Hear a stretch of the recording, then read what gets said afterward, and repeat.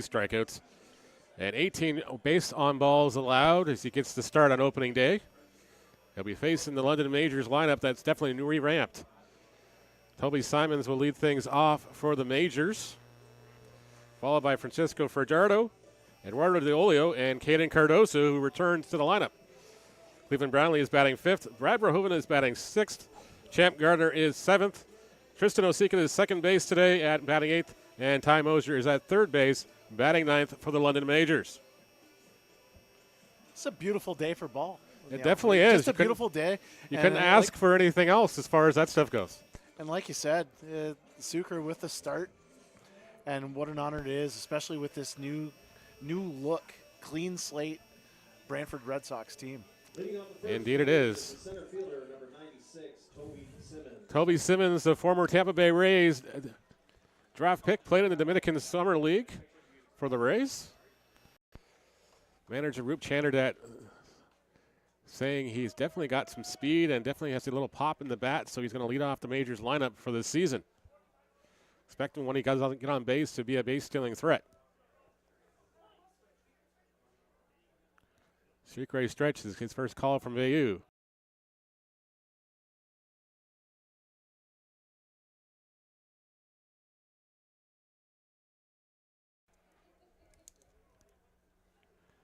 Sucre again from the stretch, gets a sign from Vayu.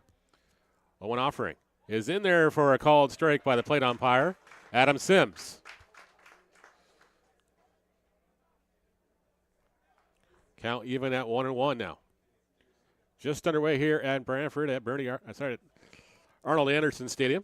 As Simmons lines this one into right field on the hop, it is being cut off by the right fielder. Simmons aboard to start the ball game for the Majors. That was a great hit by Simmons, and it showed his showed the level of hitting he's at with his pedigree. That was his third pitch inside, Sucre delivering inside, and he just wired that one. Nice little line drive. I was on his Instagram a couple weeks ago, and I guess he took part in a home run derby that was actually down in Bahamas. They were hitting it off a dock. Bunted baseball by Fajardo. They're going to only have one play, and that's going to go to first base on the sacrifice. As Simmons goes to first, put out on Fajardo is 1-3 for the put out, one away here in the top of the first inning now. Catcher number 26, Eduardo De Olio. Eduardo De Olio will be the batter now, the catcher. All-star second team last year with the Majors. His third season in London now.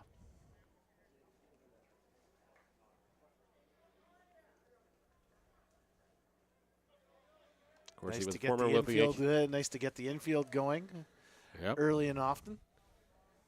Infield at double play, they're deep enough here to make the play across the diamond as Simmons is on his horse and going first move, and he steals third with ease and a face first slide into third base. Majors now 90 feet away from breaking open the scoring here in the first. There's that speed that you were talking about, Neil. Yeah, just like a flash. He had a great read at second base off of Sucre here, who now will go back to work with a 1-0 count on De Olio. De Olio hits a liner to the shortstop side. Great diving stop. They're going to have no play. Be an infield stinger for De Olio, and the Majors lead this one 1-0. Eduardo De Olio bringing home the first run of the season for the London Majors, 1-0. De Olio doing what he needed to do there. Honestly, all he had to do was put that ball in play, try to make a play, so Simmons could score, and just like that, we've got our first run of the summer, Neil. We do. And Caden Cardoso, who was, as of a few days ago, was still in with the Ottawa Titans of the Frontier League, but unfortunately got released, and he's back home, the reigning Rookie of the Year in the IBL. Looking to grow on last season's great numbers at the plate and defensively at first base. Takes first pitch inside, says the plate umpire. I know it probably isn't the outcome that he was looking for in the Frontier League, but boy, another person's treasure, and London Nationals are probably great to have. Happy to have him. Well, Major's definitely excited to get back, and of course, he's probably smarter for the experience too. He's got to see what it takes to be at that level now. As he fouls that one off, to even the count at 1-1. Cardoso will be followed by Cleveland Browning, who re-signed yesterday. The elder statesman returns for yet another season. Count now is 1-1 on Cardoso. This one gets away from Veilleux, and it goes up the stairs, off the backstop, and Doyle will make his way to second base on the wild pitch. It was a tough read for Veilleux on that one. It looked like he was going upstairs, but that one went way upstairs on that one. Yep, looks like it just slipped out of Sucre's hand a little too high in the zone here, and see him trying to adjust it. You can see him making the manual motion, trying to walk himself through that pitch with his arm action. Count now 2 balls and 1 strike here in the top of the first inning with the Majors leading 1-0.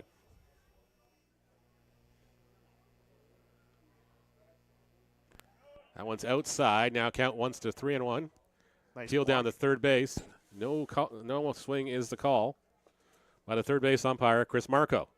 Chris Marco, Chris Walters, and Adam Sims on the call for the umpires today. Really trying to work the plate here, going up and down here on Cardoso. That he is. Plus, it's probably Sucre's first opportunity to still see live batters since the offseason as well. Oh, 100%. This one is lined by Cardoso in the left field. Left fielder backpedaling. It's going to go off the glove. The Oriole around third gets the wave. Cardoso on his way to second base. Will likely be called a double. Oh, Tough for sure. sky out there in left field, especially with the sun blazing down there. That was a fantastic at bat, Neil. It was. Cardoso with that going opposite way, going to the left field line, and he just showed that patience. He held on just for that little bit, and he punched that ball to left field and almost put it over the fence. Almost. A lot of pop to that one. Yeah. A lot of pop to that one, and of course the fence is still like 20 feet tall out there because of the houses that are out in left field, but he didn't miss by much, that's for sure. Ball in the dirt. Brownlee telling for Cardoso to take off to third, and it's quickly a runner now again 90 feet away for the Majors who lead this one 2-0.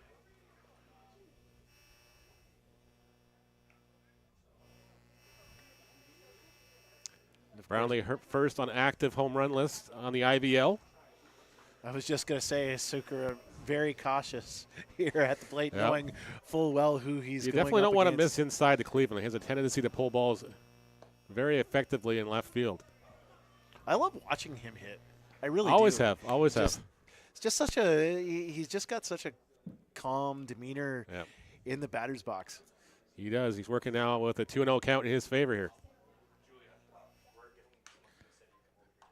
Grounded into third base. Long throw across the diamond in time to get Brownlee on the 5-3, and there's 2 away now. That'll bring up Brad Verhoeven, the left fielder in today's contest for the Majors. Left fielder number 12, Brad Verhoeven. If you're just tuning in, the Majors struck for 2 here in the top of the first inning. Now with 2 away, Brad Verhoeven has a runner at third base in Caden Cardoso. And that top of the batting order, always deadly for the London Majors, and they're showing that in this first inning right away.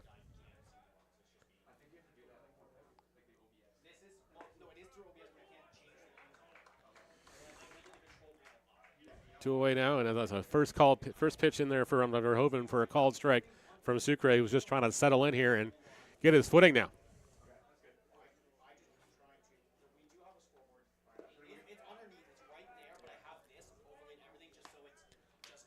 That one misses low, evens the count to 1-1 on Verhoeven.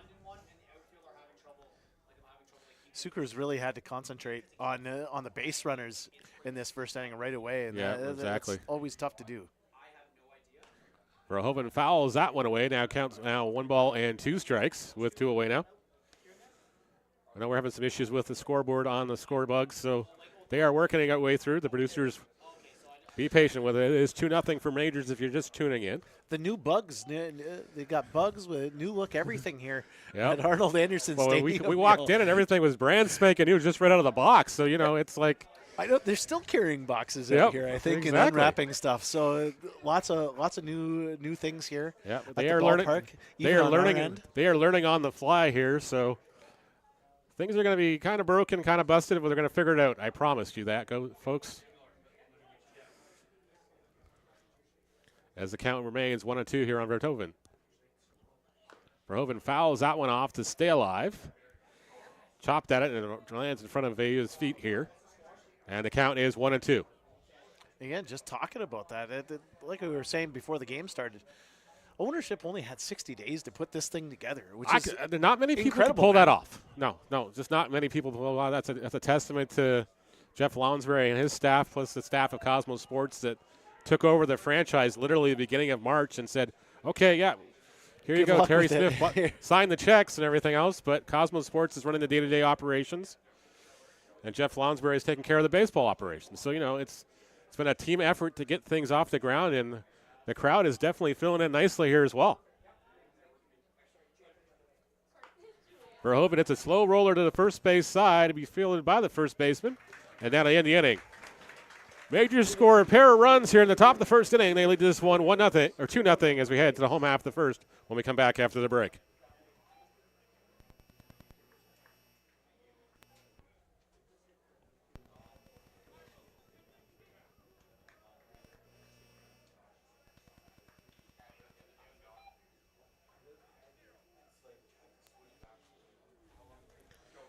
Two runs, 3 hits, no errors, 1 left.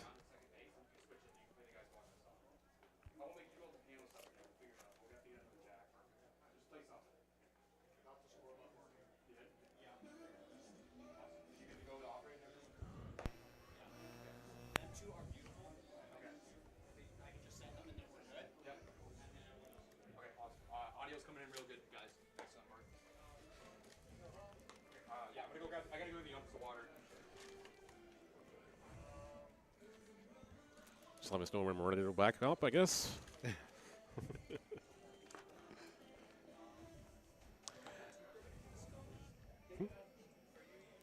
Yep. They're the PA. PA. Oh, no, we're just here and there. Yeah.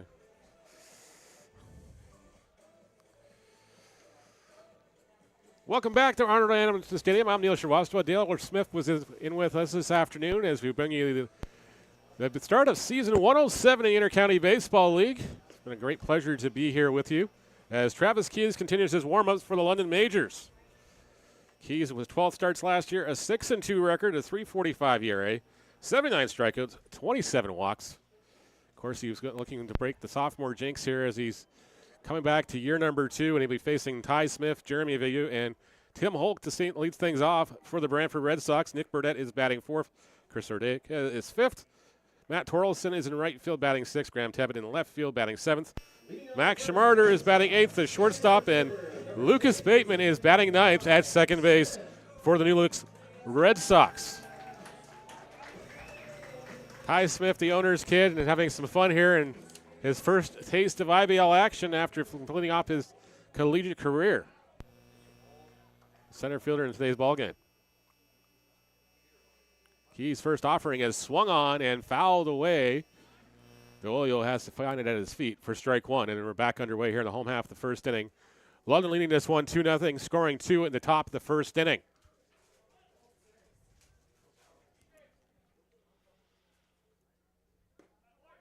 That one's in there for a call, the strike, and Smith finds himself behind the count here at 0-2 quickly from Travis Keys. And how about those threads, the new threads for the London Majors? They look They're nice, too. Sharp. I love like the dark pants. That one misses just inside. DeOlio tried to pull that one back up, but to no avail. Count now 1 ball, 2 strikes on Ty Smith.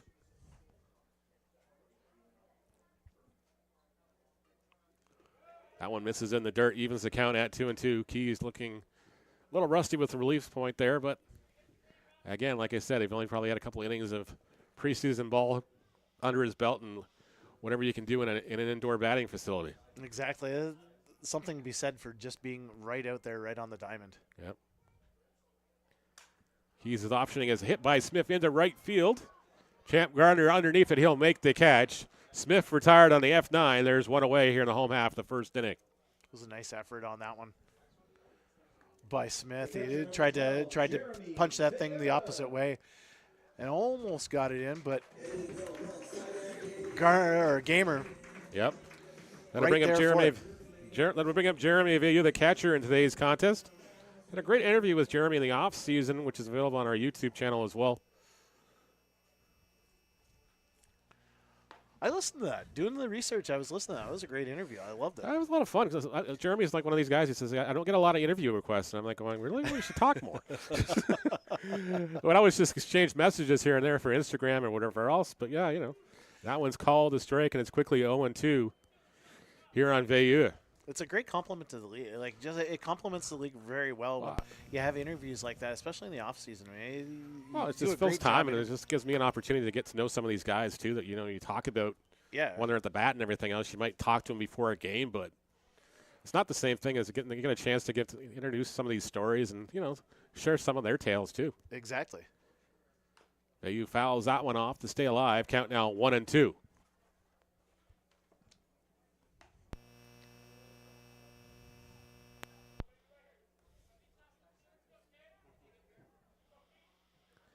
Two nothing Majors on a trio of hits in the first inning. You're just tuning in at home. Bayou hits this one in the right field. It's going to drop in front of Gardner, and the Red Sox have got their first base runner of the season. Nice little show of patience on that one. Saw where the ball was coming, and he just punched that one just over the second baseman. That was a beautiful hit. Able to take it to the little opposite field action, and Tim Hulk will be the batter now, the third baseman. For manager Jeff Lounsbury, who keeps putting the interim manager tag on himself. He's also the general manager, so. Well, he was asking if you wanted to be the. Well, exactly. I looked at it flat out no, because now I'm too busy as it is, and that's the one job in this league I don't want to ever do.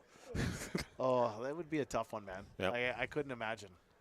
I think that's the only thing I haven't done in this league in some capacity is beyond the on-field as far as the manager. With the general manager of the Royals in two different occasions, I've been various different hats with various different teams throughout the years, and just now we're doing the league socials. This one is fouled down the line. Actually, it's a fair ball. They get the call. Cardoso will get him. They'll slide for you into the tag. It's a double play. A 3-6 double play ends the inning for the Red Sox. It's the Majors leading this one 2-0. Darryl Smith will take you through the second inning when we come back after the break.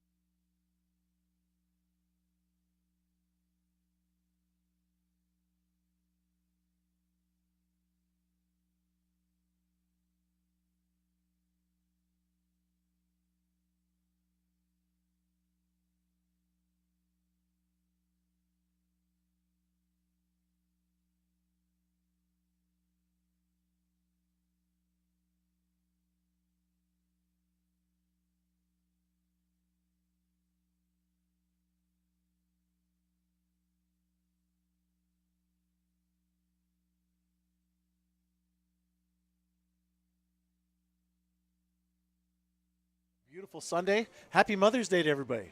Yes, happy Mother's all Day. of the moms out there. It's a bit of a IBL tradition to start up on Mother's Day. That it And is. just a happy Mother's Day to everyone. My wife, my mom. You guys celebrating after the game at all? Oh, we actually we went to breakfast here on Nice. Jenny's side of the family. Just actually at the Full Plate in Paris. We love going there. So It's a great place. Eh? yeah, always we've take got- such great care of us.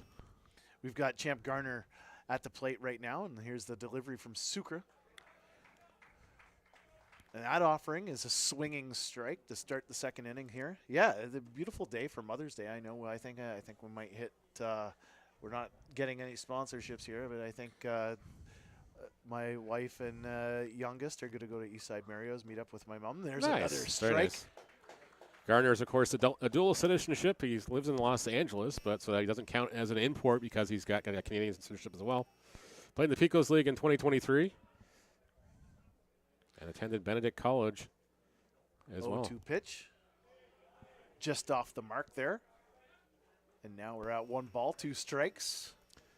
Sucre is Is it looking Gardner? for a settle-down inning here, just trying to get his footing and everything else and not have to deal with base runners. Absolutely. I think that was a big deal in that first inning. Here's the 1-2 offering. Hit out to right field, and that one's going to drop in. Garner's going to take a turn, and he's going to slide in for a double. A nice hit from Garner. Almost a theme here today. Nobody's pulling the ball. Everybody's They're all going opposite field way. here. Yeah, and they're that just- one again, a nice pitch by Sucre. Just bettered by Garner on that one. Yep. Tristan Osiga, who was nice enough to stop in and chat before the ball game, of course. He's going to law school in the fall. Law school, eh? Yeah. That's gonna be a heavy load, but It is. And again, the testament that these guys are smart ball players. They you know are. what I mean? And Osiga, he's always been a smart ball player. Here's the delivery, showing bunt, holding back. Major's Nothing not doing afraid on that to, move some runners around, give up themselves here to just move the chains a little bit. Well, that tells you that's a veteran ball team. You know Yeah. what I mean? It's a team that has been there, been to the promised land, so they know what it takes. Plus, it's so hard in this ballpark, especially they hit home runs. Oh, it's a weird ballpark to play in. Yep. There's another ball for ball 2. Yep. So fans just tuning in for the first time, of course, you gotta know on a night game. Don't expect if it says 8 o'clock on the schedule. Tune in at about 8:30, guys, because the sun unfortunately sets in center field here. So we usually don't start ball games till about 8:30, even though it says an 8 o'clock posted start time. Just as a small heads up. 2-0 pitch. Sucre finds the strike zone on that one, and we've got a 2-1 count. Absolutely, Neil. And I always like to joke about my Brantford Expositor days and having the 8:30 deadline, and Yep. the sun not going down until about 8:30. Oh, showing bunt again, Osiga, and we've evened this count out at 2 balls, 2 strikes. Again, Osiga trying to move Garner around to third base. And here's a 2-2 pitch. We'll get back to those night games after this pitch from Sucre.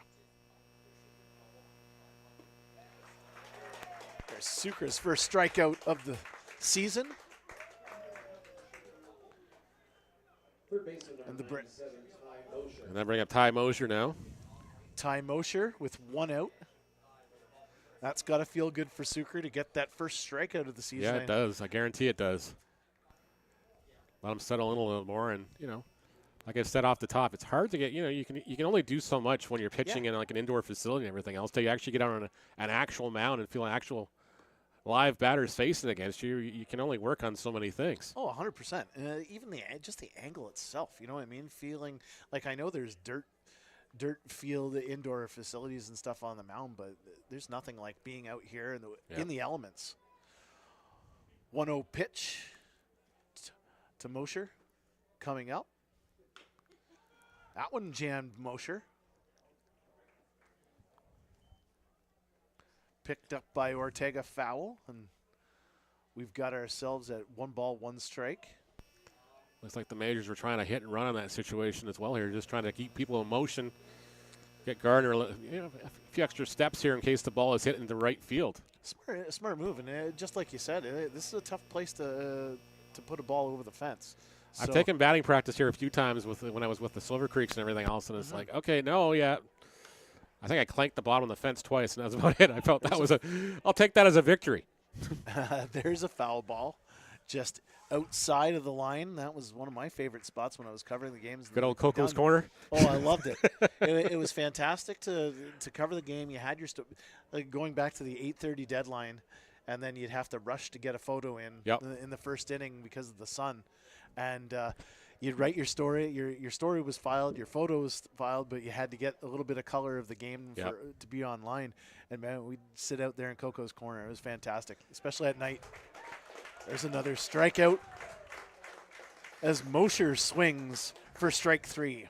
Back-to-back strikeouts by Jeremiah Sucre now, and that'll bring up Toby Simmons, who is singled and scored a run, plus stole a base in the first inning. Mosher finding his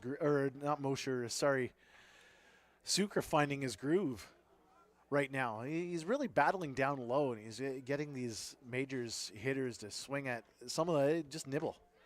And again, Simmons with the nibble on that one. Yep. And he's got himself another strike 1. Yep. Simmons calling for time there. So he adjusts his helmet and his hair. The native of the pitch. Bahamas. Takes a look.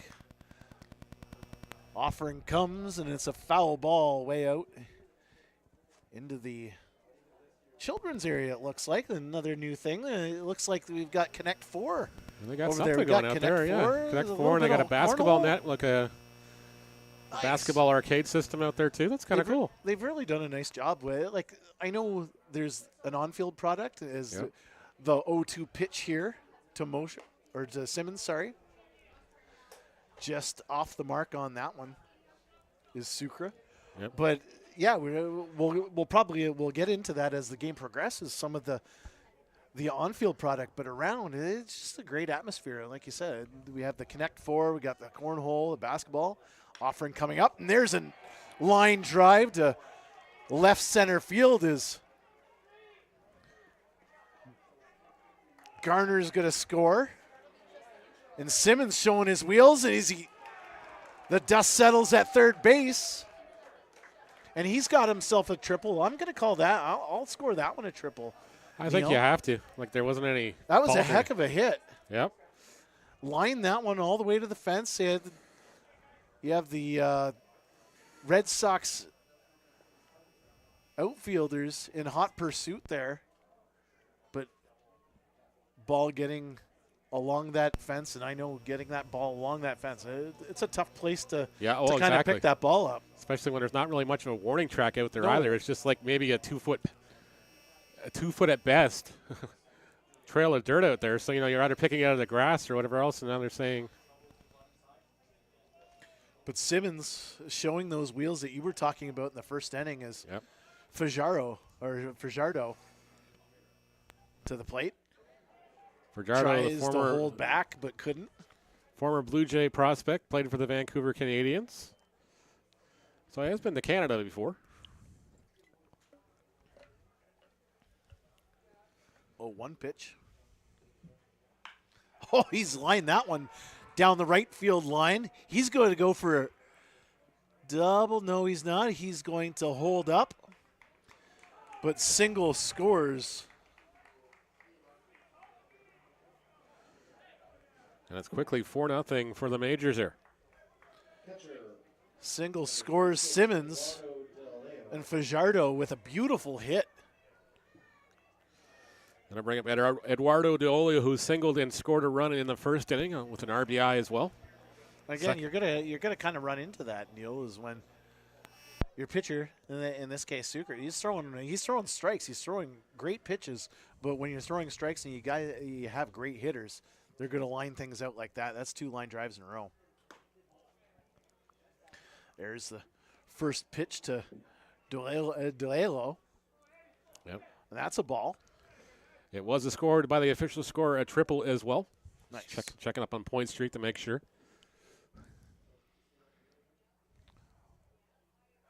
1-0 pitch. He's not going to pitch. He's going to serve that one to Ortega. Check the runner there.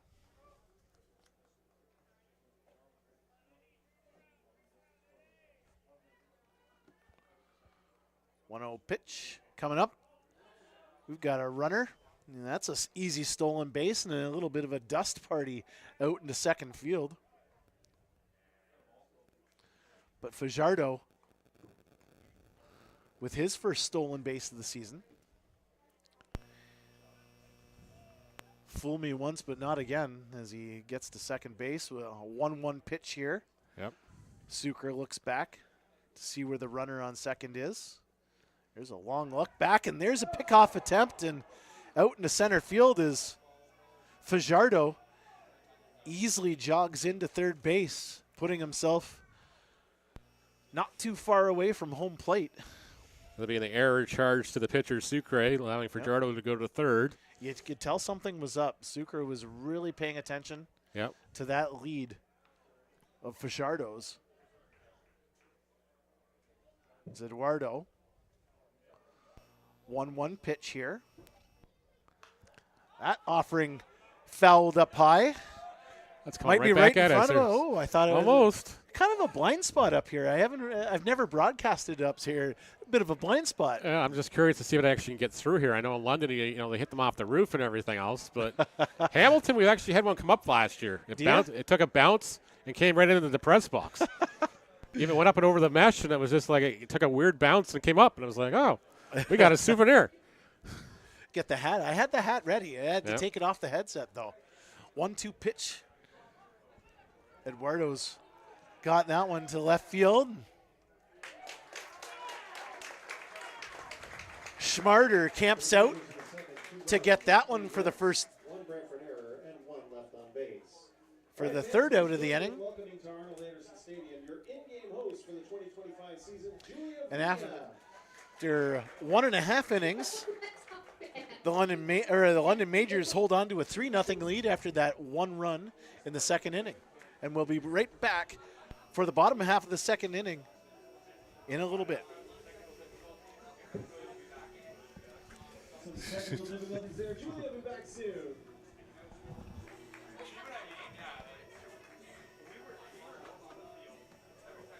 What's going on? How are you, buddy? I thought I recognized that voice like Smiley's daughter is at provincials, I guess, for basketball. So he's like, we'll get you, and I'm on the weekend anyway, he's like, we'll get you to the Red Sox. So, sweet. Yeah, man. You should have got a dog. What's that? You should have got a dog on there. Oh, what they had. Well, I'm going to go get some photos. I'll be back. All right, when we come back, we'll do the out-of-town scoreboard. Yeah, absolutely.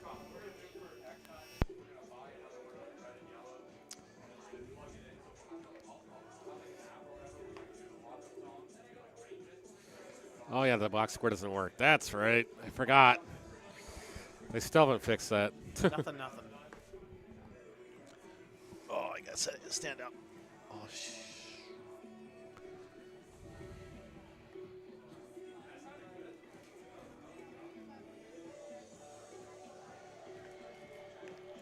This might be the position of choice, I think. I'm not supposed to be at 90 degrees. Yeah, don't do that.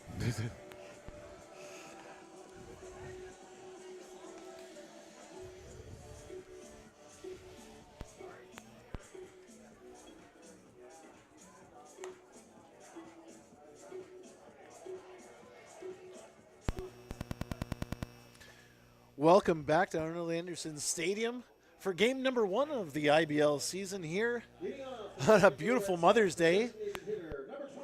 After an inning and a half, we've got the London Majors up 3-0, and designated hitter Nick Burdett, one of the long-standing Red Sox. The elder statement on the Red Sox lineup, that's for sure. I never thought I would actually say that Nick Burdett Was the elder statesman. I know. It's on just, the Red Sox. I remember when he first came up. Well, same here. It was just like, okay, it just tells how how long you and I have been doing games for. Yeah. He's now the old man. I remember covering him at Assumption College Yep. for basketball. Yep.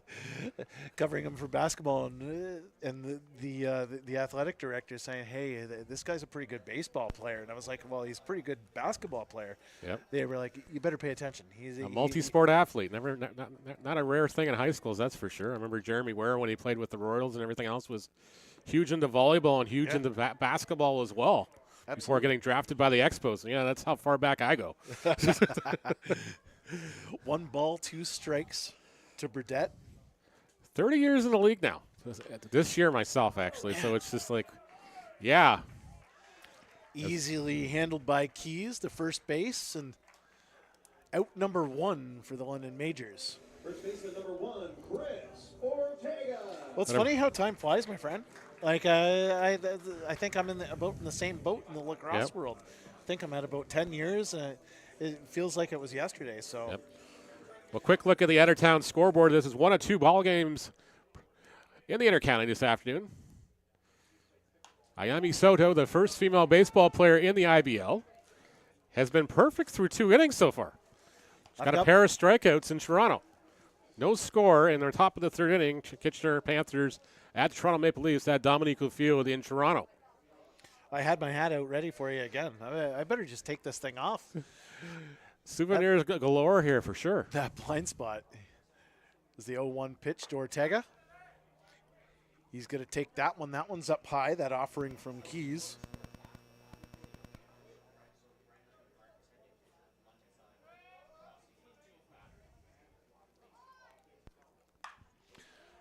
Lined. Speaking of souvenirs right there. Yeah, it looks like somebody had a glove out, though, so that's good. He's got the baseball, and he got he's the holding glove. it up. He's holding it up. There we go. Very nice. And Don't he give just that threw it back. back. I think he earned that one. Yep. I don't know what the rules here are in Brantford, of course, and in London and in Hamilton, you can keep the baseballs. Other teams, you have to turn them back in, so it looks like they got to turn them back in here. I think so. I think that fan earned that one. Yep. That was a liner by Ortega. Torkelson on deck. Winding up here. 1-2 pitch.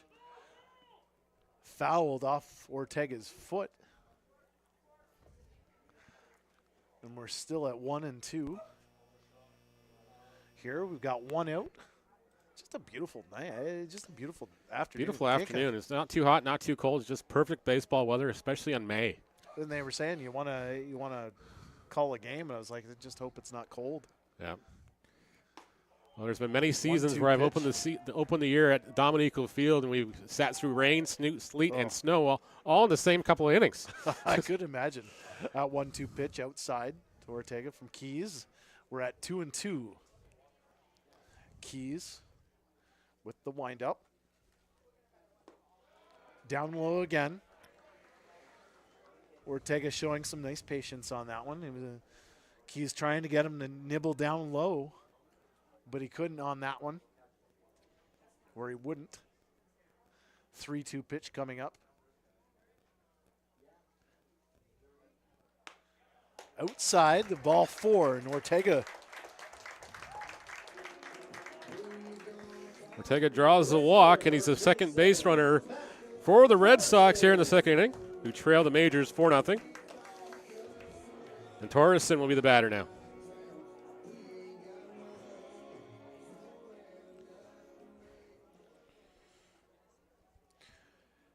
A Grimsby, Ontario native. Played for the Red Sox last year, but his rookie season was plagued due to injuries. As the ball gets away from Cardoso at first base. It'd be interesting to talk to some of these. I know you had an opportunity to talk to a lot of the players before the game. Just to hear from some of these Red Sox players, just with all these changes. We were saying they basically reinvented the wheel within 60 days. Yeah, well, exactly. And it would be interesting to see, as here's the pitch, and that's a opposite way. As Torkelson heads to second base.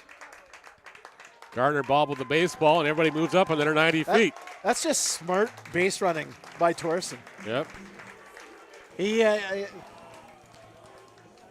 He knew Ortega was ahead of him, couldn't do much about it, Yep. and he did a little stumble, but Torsen, he knew he had that second base, Yep. and they were going to go. They were going to be gunning for him anyways, Yep. and that's just another nice opposite field hit. Yep. Dug that one into the ground. Here's another one of the elder statesmen on the Red Sox lineup, Graham Tebbett Oh now. man, yeah, Graham Tebbett. The former pitcher, as I had an oops when we were doing the social media placards, because just I want to say a brain cramp because I'm so used to calling him a pitcher. But again, that's a testament to, we were talking about athletes and Nick Burdett playing basketball and the others playing. But again, you go from being a pitcher to a position player. I know you do it as a kid, but as you get older and you're going down in your journey of baseball, never in a million years you'd probably think that you go from being a pitcher to a position player. It's usually the other way around. It's, Yeah. In some cases, just to kind of extend your career or something. But, yeah, if you go the other way around, it's like, yeah, I get it. Because, due to arm injuries and everything else, probably a Tommy John or something at some point. But a true testament to his athleticism, that's for sure. Of course, in the research, he's a co-owner of the IBL Baseball facility. And, of course, he's a psychotherapist as well. So there you go. Some smart cookies. So you got some smart cookies on this team. That's for sure. All these guys rocking these PhDs, and here I am just, I know, the we're average just Joe. hanging out in the booth. Yep. There's the 1-1 pitch. And Tebbett goes down. That's on strike strikes. 3. 2 I'm away not gonna now. look at the scoreboard next time. Yeah. I'm gonna count myself on that one as Keys gets his strikeout there. Yep. Then we're going to Max Schmarter now. He played 3 years at Tulsa University. Set the program record with a 29-game hitting streak this season. Really? He's got a great opportunity here with two out. Here's the pitch outside. He's got Torsen at second, Ortega at third. This is the first time the Red Sox have been threatening in this one. Here's the pitch. Down low. Diolio with a nice block on that one. That one could have been trouble if it squirted through. Like you were saying, we were talking about before, this backstop. It's you could play a hockey game. Yep. in Oh, the exactly. backstop. Behind the backstop here. Here's the 2-0 pitch. Schmarter takes a big hack at that one. He was looking to score both both runners on that one with that hack.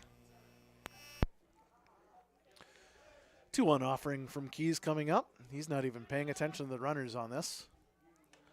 Again, a little outside that release point, on Keys. Yep. Just a little too soon. He's been doing that a couple of times, especially in this second inning. He's had a little trouble holding on to that release point.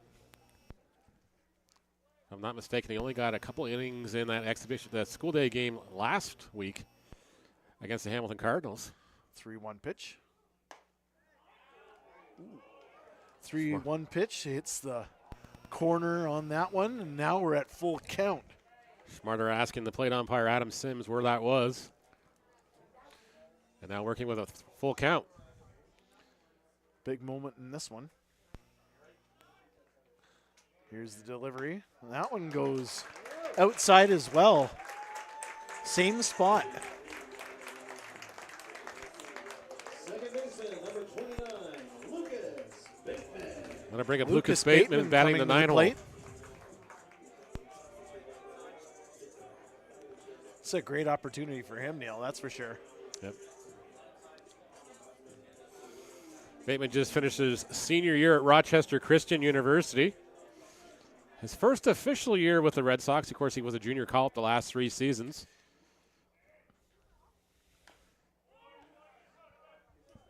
Fouls that one.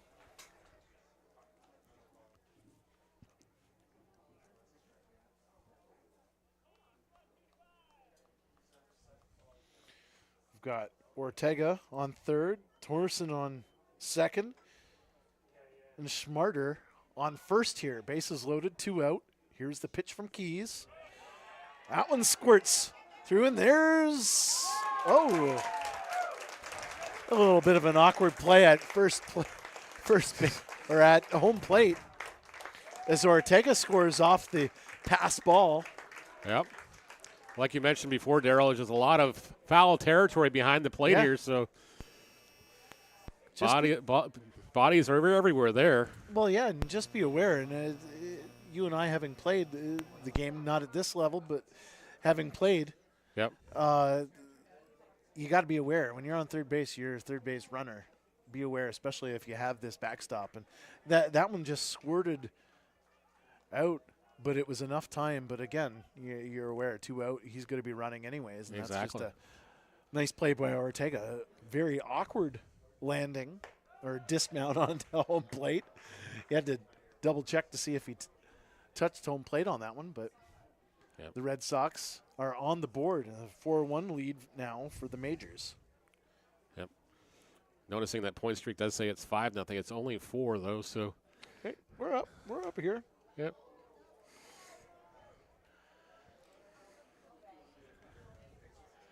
We'll try to get that fixed between the half innings here. With another foul ball. 2-2. 2 balls, 2 strikes to Bateman. The majors in a little bit of trouble here. Runners on second and third. Keys sets to deliver here. Goes inside on that one. Good sales job by Bateman to make it look like it was a lot more inside than it was. It certainly was. Nice sell So we'll job. look back at the plate umpire going, "You're not giving us that one? Okay." Don't you try to do that? You got to do a little dance in there. Yep. 3-2 pitch, 2 out. Keys delivers. That's just a beautiful hit out to right field. That's going to be a single, and that's going to score. A pair of runs. And just like that, the Brantford Red Sox have clawed themselves back into this one in the second inning. That's just a beautiful at-bat by Bateman. Yep. It was. Not taking a big hack at all. 3-2 count. You're just going to try and get bat on ball. And on that one, again, a little bit of an outside pitch. And that one. And that's going to prompt a visit from the pitching coach out here to just check on his pitcher and probably calm him down a little bit. Oh, 100%. And again, I think we were saying Keys just a little bit off on that delivery. And Yep. I think the Red Sox taking full advantage of that. You know what I mean? Guys are at the plate and saying, hey, there's a lot of outside stuff here. Wait for him to bring it in. And Yep. I think that's the big difference in this second inning is that the Red Sox have been waiting for Keys to bring that ball inside to them, or at least along the board. Yep. Oh, they got the whole infield in there now, so it's not just a conversation. It's I almost want to say it's a sermon. Well, it is Sunday. Yep. This We're Sunday. praying at the Church of Baseball. Trying to get the situation down right, too. We've got a potential forced play at second Yep. base now that Bateman's at first. Smith is 0 for 1 in the contest. He flew it to right field to begin the ball game. Jeremy Villieu waiting on the on-deck circle should the inning continue. 4-3 is the score now. And there's Keys outside again. That must be the chatter inside this Red Sox bench right now. There's a little bit of jump in that bench, too. It's nice to see. Well, I was asking Jeff Lonsbury before the game, what was going to be the message today if he was before he addressed the troops before game one. And he says, you know what? It's a brand new season. Let's turn the page. Let's have some fun today. Well, yeah, the last couple of years have been very hard here Yep. in Brantford. Not going to lie. And it's nice that there's a strike to Smith. 1 ball, 2 strikes to Ty Smith. Keys has keyed it right in here. Smith was also a major track star back in the day. There's strike 3 from Keys, and Ty Smith strikes out. And the second That closes out the second inning, but a big second inning from the Brantford Red Sox. 3 runs on 6 hits. And They got after the bats 2 going. innings of play, the London Majors hold on to a 4-3 lead. And we will be back with more IBL action here at Arnold Anderson Stadium when the third inning begins.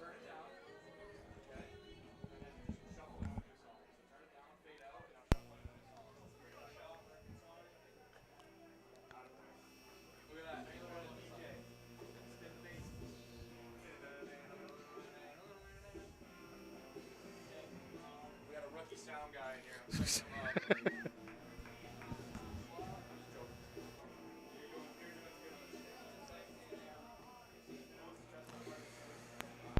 Cardoso, Brownlee, and Verhoeven this inning. All right.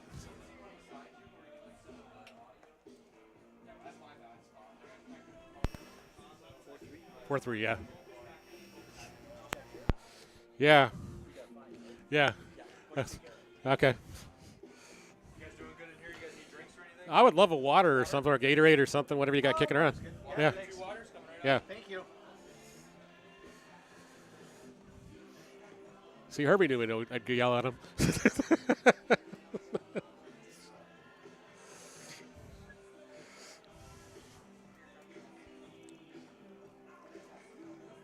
They just know me too well, I guess.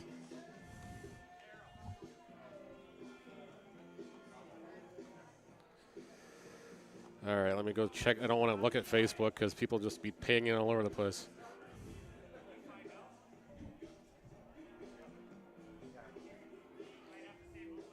Wow.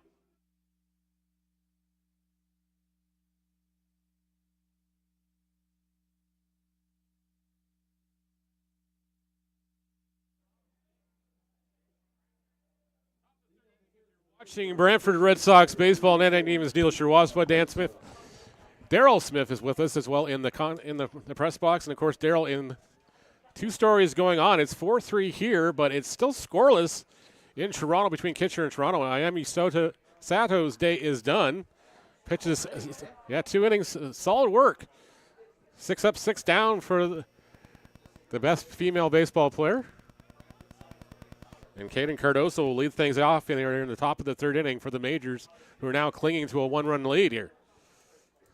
Cardoso doubled and had an RBI in the 1st inning. Cardoso will be followed by Brownlee and Brad Verhoeven due up in the order. As Cardoso hits this one foul off the end of the bat and out of play on the left side for strike 2. 1-1 is the count. If you are following along on Point Street, there is an error. We found a bug. It is 5. Found they had another bug, but they're working on it. Score is 4-3.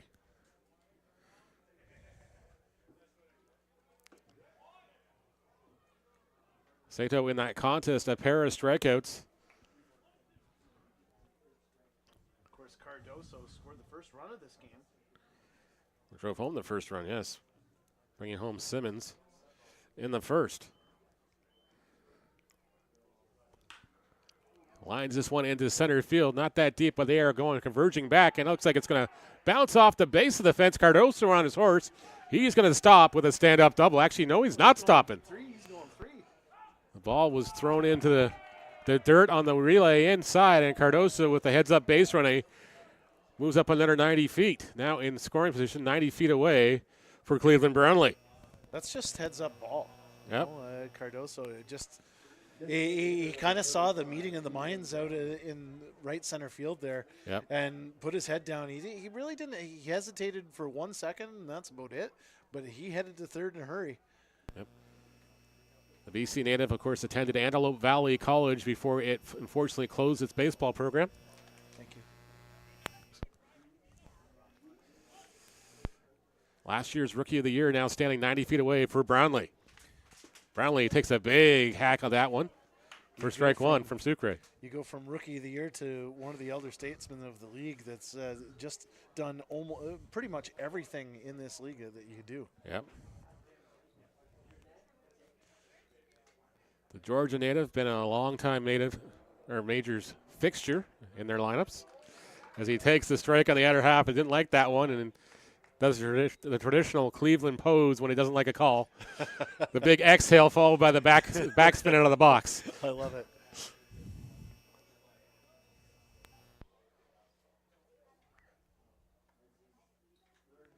He swings and misses. That one's in the dirt. Veilleux will come up with it. He'll throw to first in time. K2-3 goes to put out. Sucre's got another punch out. Brownlee's retired. One away now. Cardoso had to stay at third. Sucre's really done a nice job of just settling in right now, Neil. He's really, he hasn't done anything fancy. He's just been putting ball right in that strike zone. And like we said in that first inning, putting the ball in the strike zone kind of cost him. But now putting the ball in that strike zone, he's getting a lot of ground balls right now. Well, that's what he he did last year. He got a lot of ground ball outs. Doesn't have to overpower hitters, just have to, give him the chase pitches in with a comebacker right there at the mound. Speaking of putting it in play, Verhoeven hit a missile, but Sucre was able to get that one into the glove and safely, and everybody's okay out there. flashing a little leather on that one. Line drive 1, 2 away now, and Champ Gardner, the batter, who doubled his last time up in the second inning and scored a run.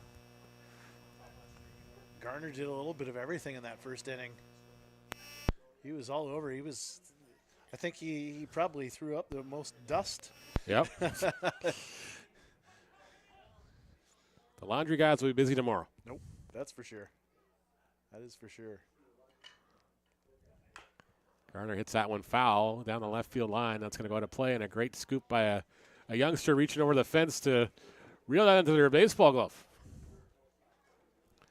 Count 0-1. Tristan Onsika on deck.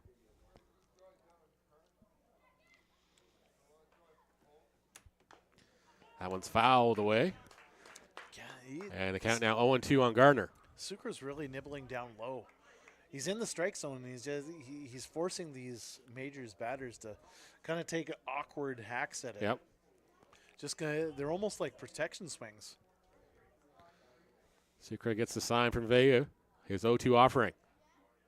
Misses in the dirt low. Again, he's just like he's mentioned, Daryl. He's trying to work the lower half of the zone, feeling more comfortable there where he can't get hurt when it's not up. No, you're not going to dig unless you dig one out with a 9-iron. Yep. That's the only way you're going to do I don't know how many of these guys play a lot of golf, so who knows.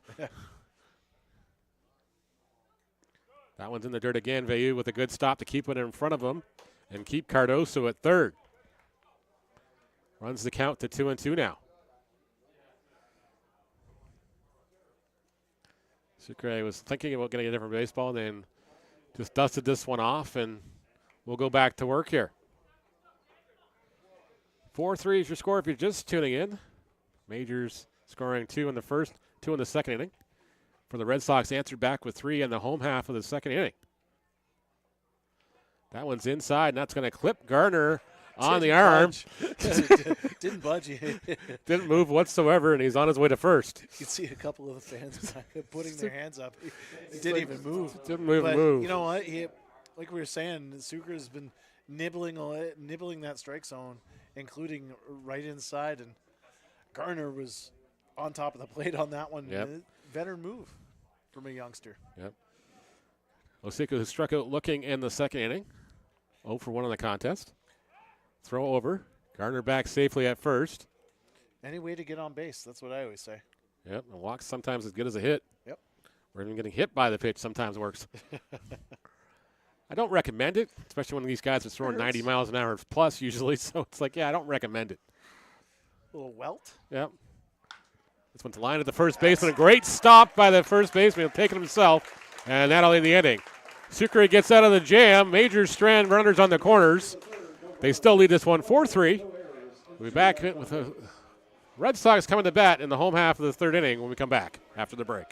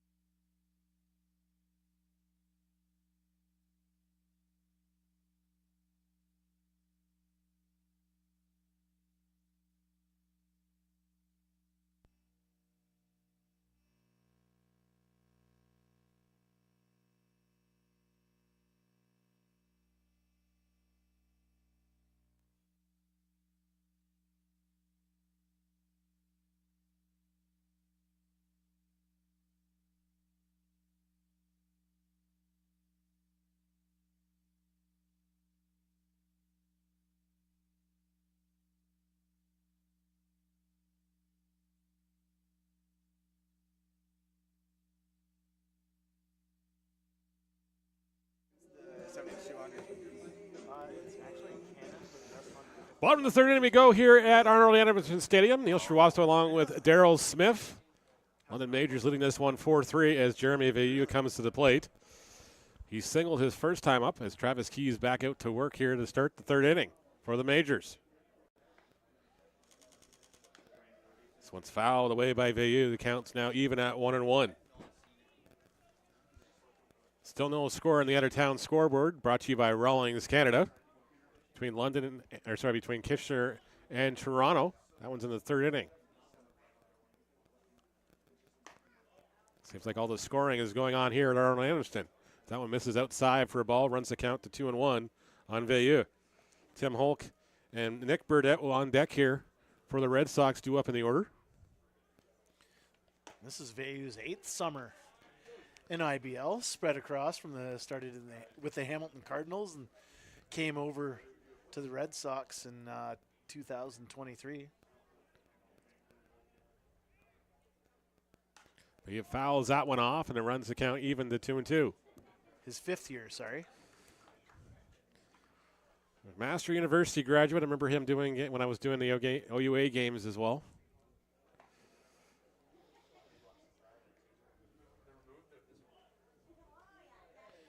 He had a decent season last year, too, at the plate.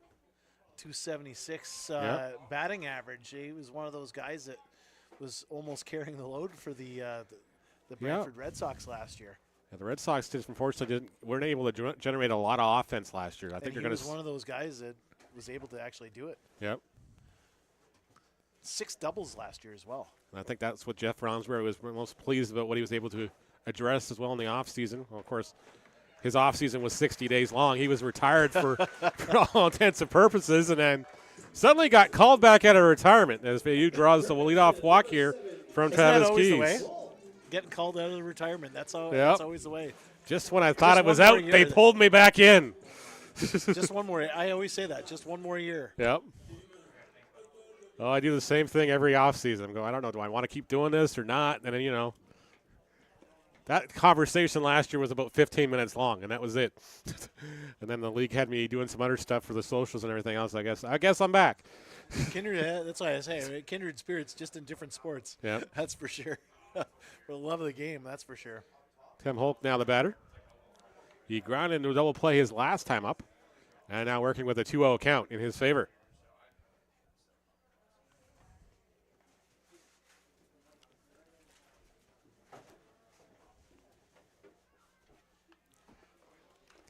Fouls that one away. Runs the count to 2 balls and 1 strike now. Nobody away here in the Red Sox at bottom of the third inning. They trail the Majors 4-3 if you're just jumping in. Happy Mother's Day again to all the moms out there. How was your brunch? It was really good, really good. I enjoyed it. What'd you end up getting? I usually get the farmer's special, which is 3 eggs and some other stuff. And I figured, it's going to be a long time between now and dinner time, so I figured I might as well just, indulge a little more than I probably should have. Oh, that's all right. It's such a nice, it's such a great place to have a brunch like that. Well, my better half's family is all from Paris, so that's their breakfast spot pretty much on a daily basis. So nice. The staff all know everybody that comes through there, so it's just like, yep, okay, your usual, yep. They don't even bother. They didn't even bring menus today. They just assumed everyone was from the usuals. They knew exactly what was going on. Yep. But that was really busy at that time, and it was a good thing we had made reservations. Oh my gosh, I couldn't imagine.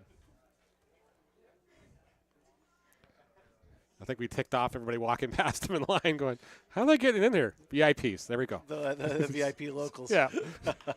Lined off the glove there. Keys with deflects to the shortstop over to first. In time. It's going to be an unorthodox. Not sure if they got the Veilleux at second base as well or not. That was a great stretch by Cardoso. Yep. Yeah, it's a double play, so that's going to go in the book as a 1-6-3 double play, deflected off Keys' glove right to the shortstop. Part of the first base fraternity, so I'm going to give him that one. That's a beautiful stretch. That was a nice play to get that because not an easy play to do, Neil. No, it's especially off when ball comes right off a Keys' glove. So there's one little trouble step. We got an injury replacement coming out here.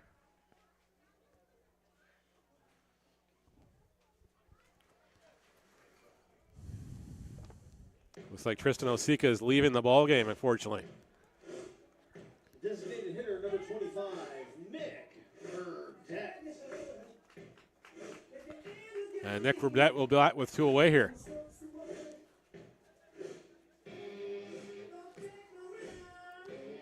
Hulk now 0 for 2, 2 double plays, a 1-6, a 3-6, and a 1-6-3 double play.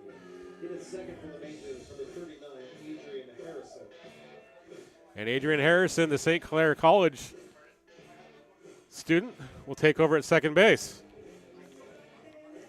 Harrison making the roster after a successful exhibition stint. As manager Root Chanard had some extra bodies, especially in a situation like this when they were already short on bodies if they got guys away still in school and everything else in the States yet. It's just a great opportunity for players like that. You know what I mean? Yep.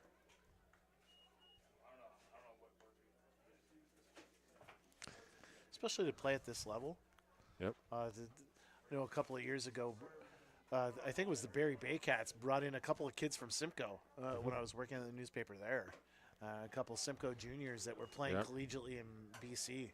And just talking to them and being able to actually play with these guys that have professional experience and playing at this level, the semi-pro level, it really is a great opportunity for them. Well, my advice to only these youngsters is always become a sponge when you're here. You know, absorb as much feedback, knowledge, anything else you can pick up from these guys. Ask questions. It'll only make you a better ball player and a better person going forward. As the count is 2-2 on Burdett here with 2 away. 4-3 is your score in favor of the London Majors. We're talking about elder statesmen. This is his 12th season, just looking that up. That's incredible.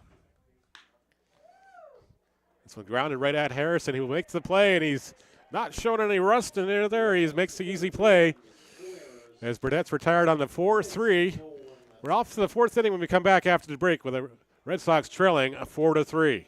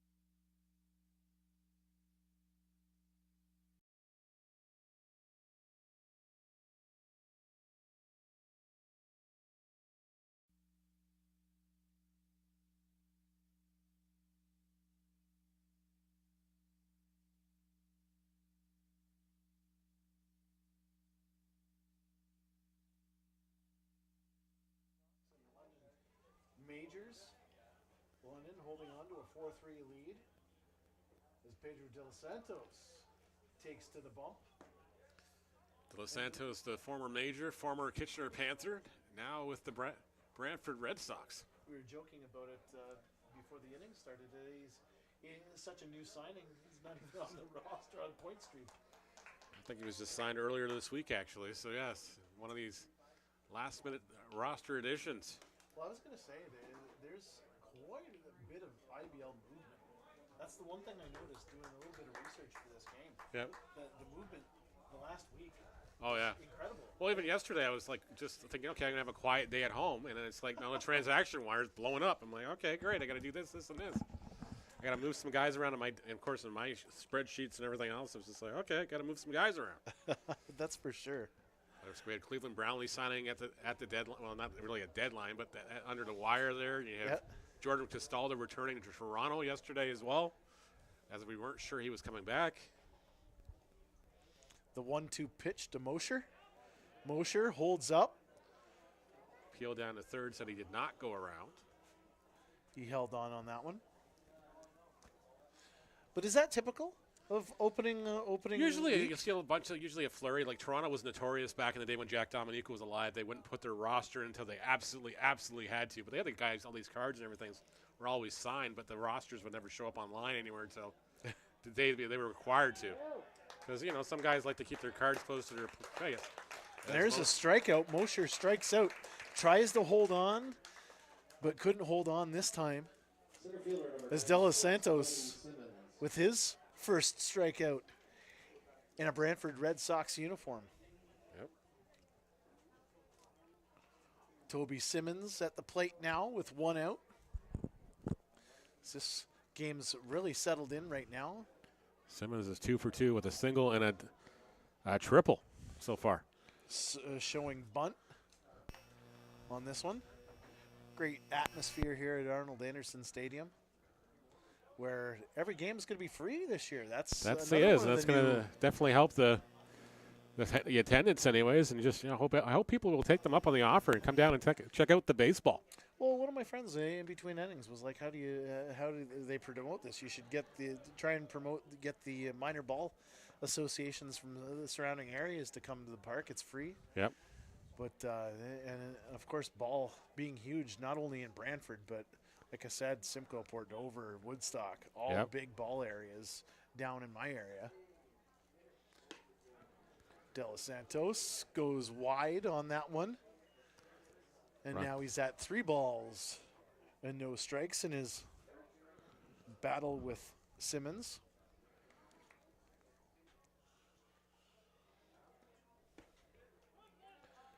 Simmons was taken all the way there. Finds the strike zone. I have Nash on the game live, but we know that isn't the case. Yep. There's a strike 2 as Simmons started his trot to first base, but had to have his reservation pulled and bring back into the batter's box. There's strike 3. De Los Santos fans. Simmons. Welcome to the Brantford Red Sox, Pedro De Los Santos. This guy's always been able to put up the strikeout numbers, that's for sure. That's a heck of a way to introduce yourself to your teammates. Good morning, good afternoon, and good night. Exactly. We're here to stay. We've got Francisco Fajardo at the plate. He's had 1 hit. He's got an RBI as well. Showing bunt. De Los Santos easily handles that one and hands it off to Ortega for the 3rd out of the inning. And that's an easy 1-2-3 inning for the Brantford Red Sox as we head to the bottom half of the 4th inning in a moment.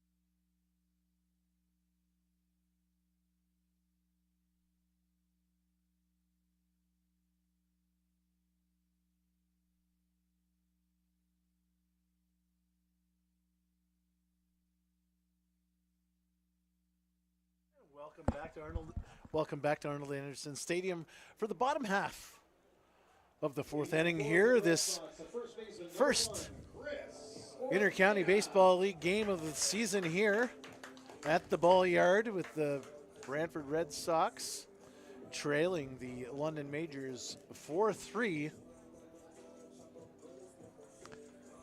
As Jose Arias takes over on the hill. And Jose Arias, this is his third stint with the Majors. Last year, he had a 4.46 ERA. He had a 4-6 record. Ortega takes that one behind him as a bunch of kids behind us are running after the foul ball. Everybody wants a souvenir on opening day, that's for sure. Offering just a little bit low and outside to Ortega. And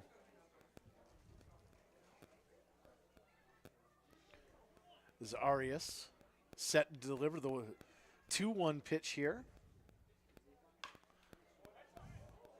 Ortega gets a hold of that one, but Nearly took out the third base coach in the process. gets a hold of that one, but well foul. Yep. Looks like Luis John down there coaching third today. Nice little move there. Yep. He was quick, showing his reflex. 2-2 pitch comes inside to Ortega. He's not quite in game shape yet, so he's down there coaching third, took some batting practice. Early before the game, I got to talk to him briefly. He's happy to be back in the Inter-County. Nice. It's always nice to see, isn't it? Yeah. He remembered me from a couple years ago. He's like, yeah, you were with Guelph, weren't you? Again, yeah. the new additions with this Red Sox team. Full count offering is a strike. 3 called. Ortega was looking for the ball, but to no avail on that one as Arias has his first strikeout of the 2025 campaign. I bring up Matt Torreson now, who singled and scored a run in the Red Sox second inning. Torreson ready from the delivery from Arias, who delivers him a strike. This pitcher's really getting into the strike zone.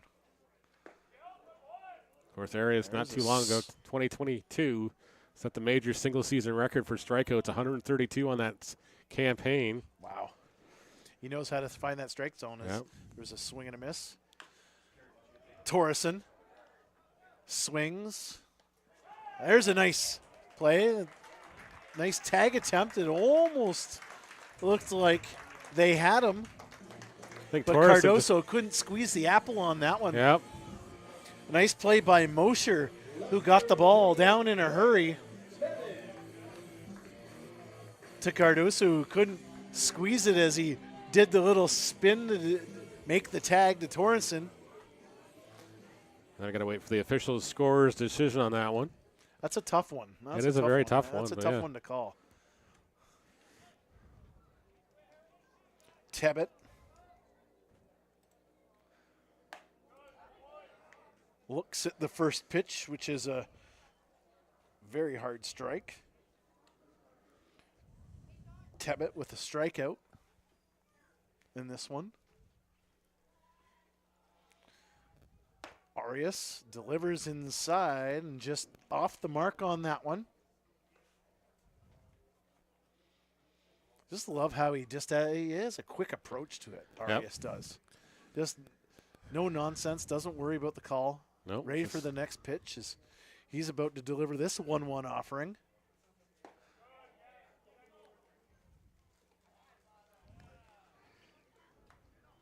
Check the swing on that one.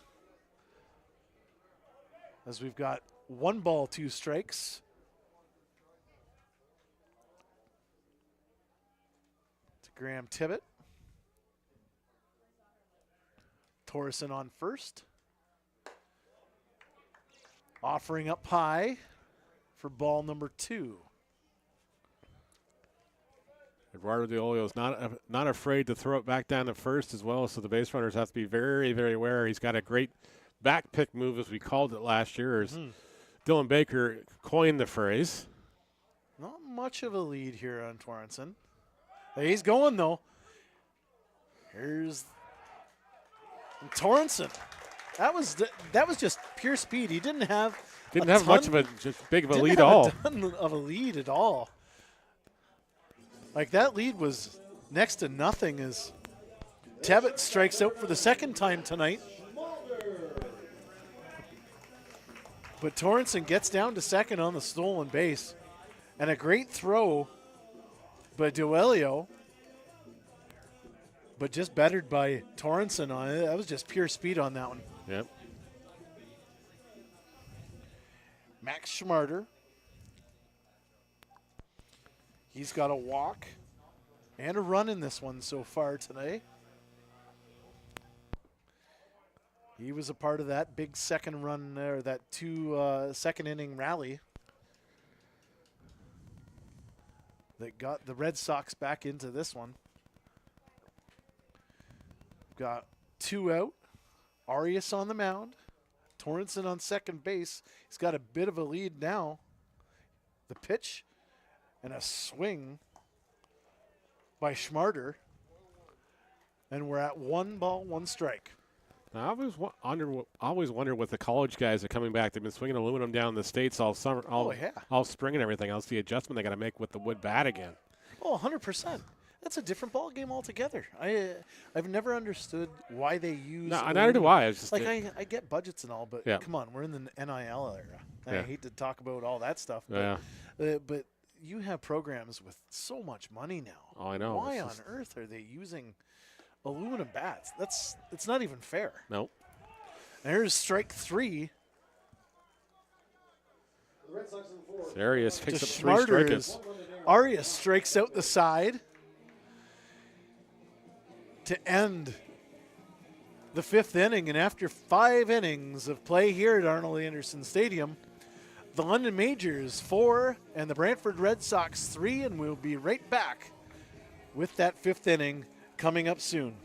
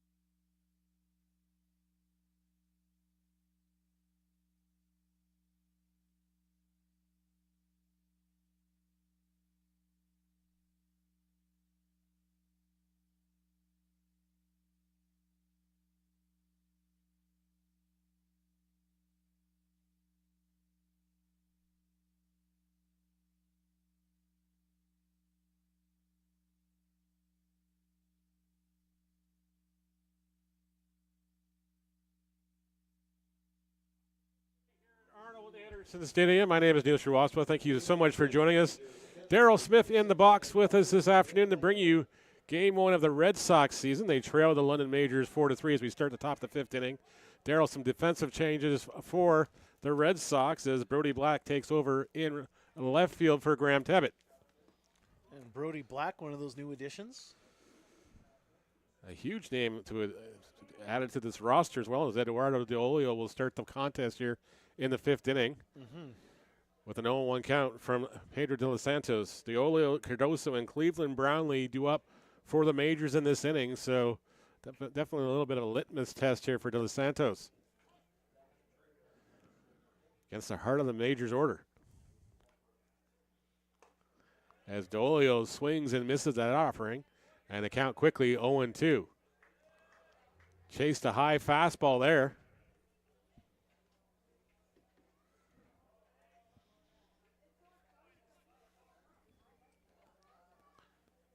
De Los Santos, he was fantastic in that first inning of action.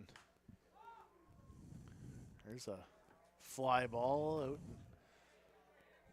near the dugout of the London Majors. We've got some bullpen movement. Yep. Well, activity, To the guys. right up. Guys are taking a little bit of stretch down there, getting warmed up, getting the legs going too. So you never know when you're going to get called upon.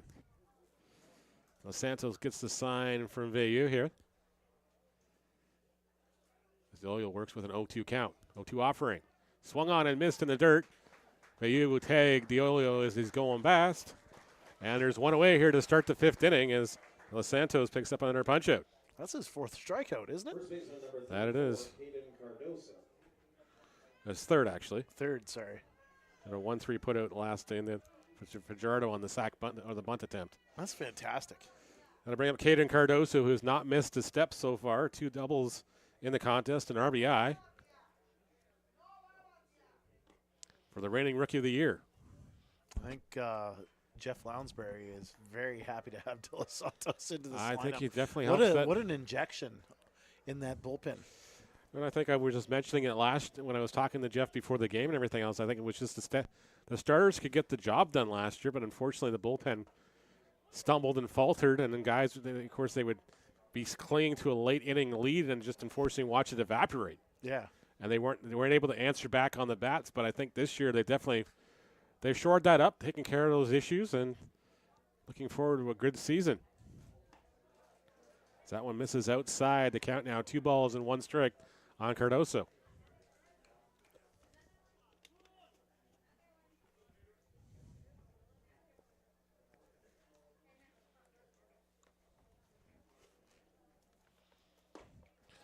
Big swing and a miss by Cardoso, evens the count at 2-2 on the offering from De Los Santos.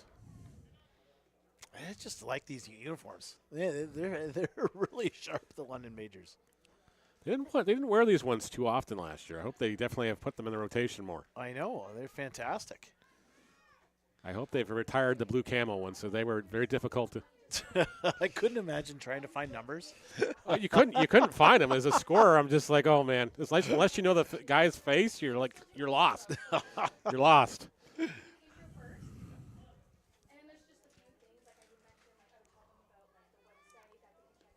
Cardoso takes a check swing. The umpire sits down at third base, so he did not go around. He was ready to go to first. That's for sure. Well, he thought he took too big of a hack there. And now runs the count to full at 3-2. It's almost part of the sell job where you don't want to run down to first Nope, base. it's like if you take off, you pretty much incriminated yourself. Exactly. Umpire's definitely going to call a strike then if you're trotting down to first there. At least if you're still standing in the box, you might be able to plead your case a little better. As he swings and misses on that one, no doubt about it, De Los Santos with another punch out. His 4th of the contest, 2 away here in the 5th. No, I just love the look that he gave after he threw it in. He was like, "Yeah, I got you." Yep. Nice little gamesmanship there, but he's having a great old time. He's got a nice smile on his face. Yeah, he's got a little bit of a smirk now because he knows he's facing his old pal Cleveland here. This is going to be a fun matchup. Oh, this will that's be for fun. Sure. Whoa, we almost fell over. It was so fun that he almost fell over. De Los Santos works here now. First pitch in there for a called strike. Brownlee did not like that call again. He just See does that the hook, typical. though? Yeah, Do you see that hook in? yeah. Oh, boy. That was All right, here you go, man. I got one for you. – he brought the heat. And Brownlee takes some pay here as this one's going to go in the outfield, but caught on the run by the right fielder. 3 up, 3 down. The Majors go here in the top of the 5th inning. They still lead this one 4-3. Back with the Red Sox coming to bat in the home half of the 5th when we come back.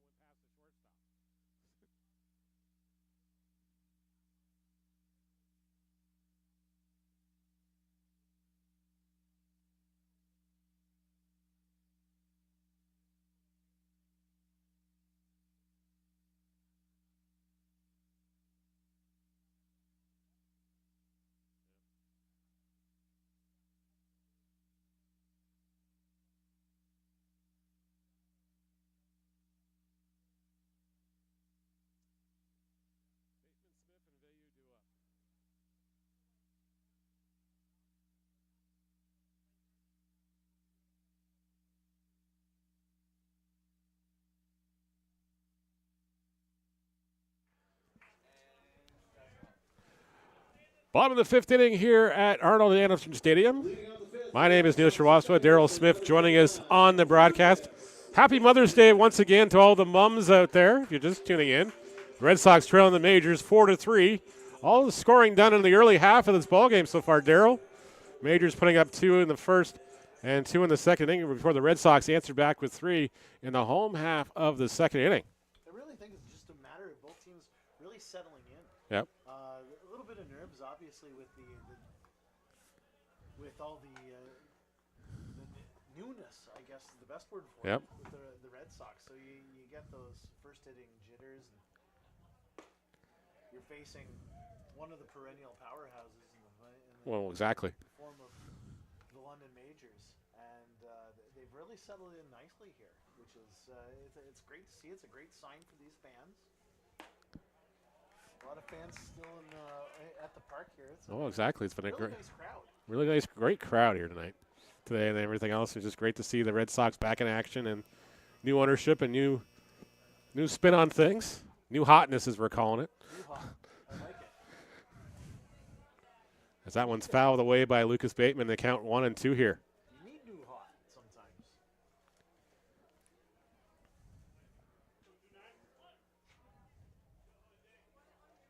Hope everybody that's in attendance here will tell a friend or two as that was lined to the middle. A great stop by Harrison, but he's going to have. He can make the catch there, actually. That was a beautiful catch.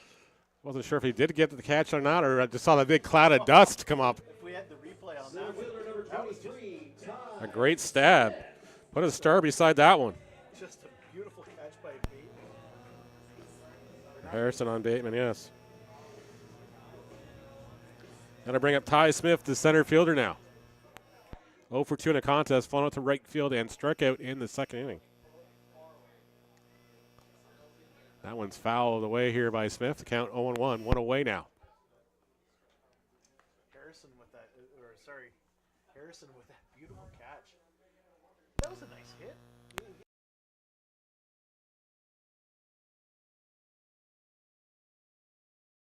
And it goes out of play. Arias threw the curve on that one. That one looked like and again, it was much like De Los Santos' pitch to Brownlee, where it looked like it was going to hit the batter Yep. right into the strike zone. That one dives inside there as Arias works again with a 1-1 count here with 1 away. Jeremy Veilleux waiting on deck here for the Red Sox. That one misses in the dirt. Good stop by the Olio. Keep it in front of him. Runs the count to 2-2 now.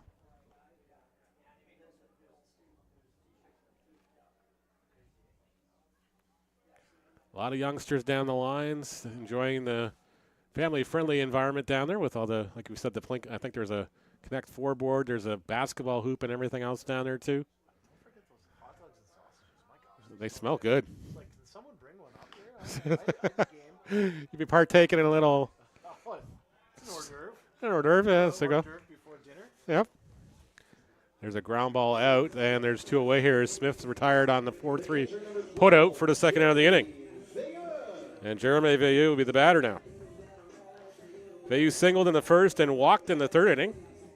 Was erased on the double play in the first, and in the third as well. As Tim Hulk has been the unfortunate victim of back-to-back double plays in his IBL debut.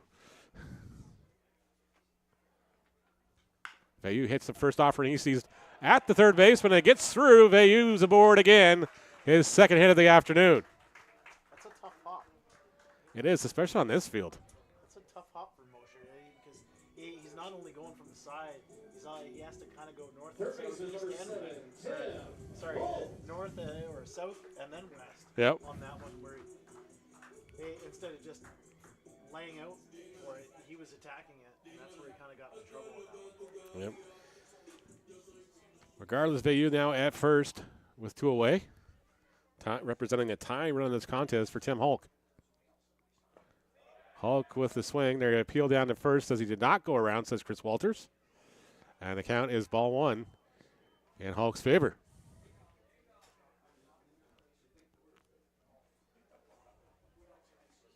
I always talk about the chicken wraps at the Eric Law Lacrosse Arena for lacrosse, but boy, Arnold Anderson Stadium and Sausage with sausages. Yep, they're kind of legendary. I think that's hand in hand. Well, it's a rite of passage every time I come to Brantford. Is if I'm doing a game here, obviously get the sausage, and then of course you gotta make the trip to Dairy Delight on the way out. Oh, good call. Good call. Been doing that for many years. We've actually come to Brantford some days just to get some Dairy Delight. We're guilty of that. We're coming in from Delhi, so we're Yep. guilty as charged on that one. Not sure what I'm having today. I might have the Black Forest Delight, what we usually do, or maybe we'll try something new. We'll stay on the healthy side and get the Dole Whip. I was just gonna say, I had the last time I went, I had the Dole Whip. It was actually really good.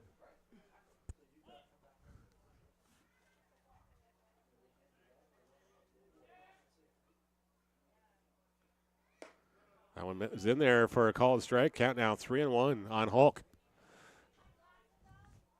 Nick Burdett waiting in the wings. He's 0 for 2 in the contest. Hulk, as we mentioned, has grounded into 2 pair of double plays so far.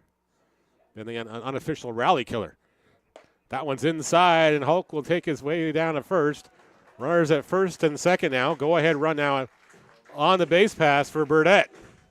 For the second time in this game, the Brantford Red Sox have something cooking. We're talking about sausages cooking on barbecue, but the Red Sox have a pair of runners here cooking on the base paths for Nick Burdett.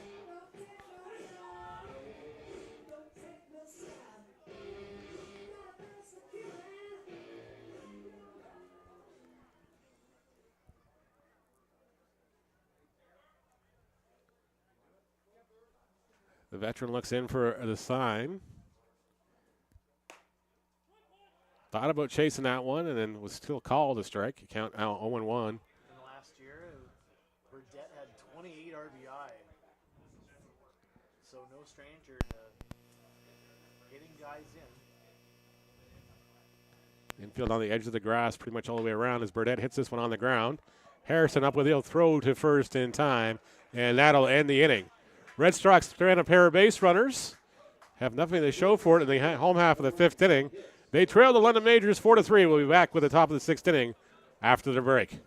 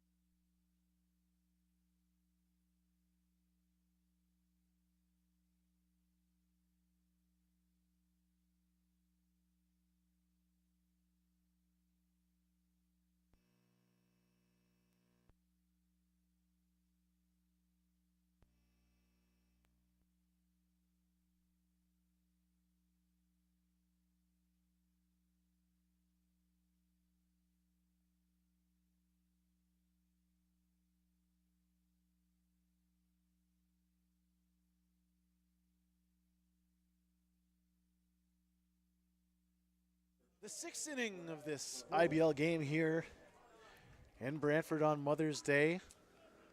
Thanks for joining us today on this Mother's Day. The London Majors with a 4-3 lead over the home side Brantford Red Sox as Brad Verhoeven digs in to the batter's box and takes a ball from Pedro de los Santos. Verhoeven is 0 for 2 in the contest, a 3 unassisted, and a lineout comebacker back to Jeremiah Sucre in the third inning. And Verhoeven last year, he had played in 29 games with the majors. Had 5 walks, the big one. He had 3 doubles and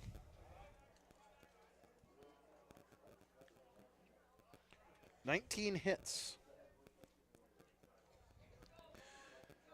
As he's looked at 2 more balls.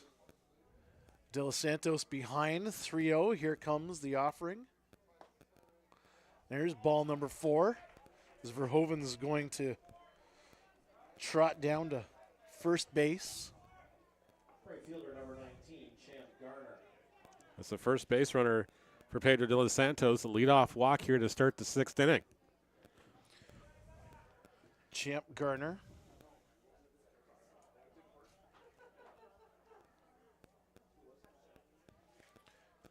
He's had a hit today.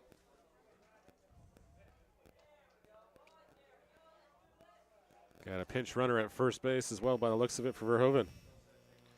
Going to get a little bit of speed. That small ball playing into factor. Charlie Bowman going into first base. Be a straight switch. He'll go out to the outfield, I'm sure. He'll probably go in the left field. Champ Garner had a .267 batting average last year for the majors.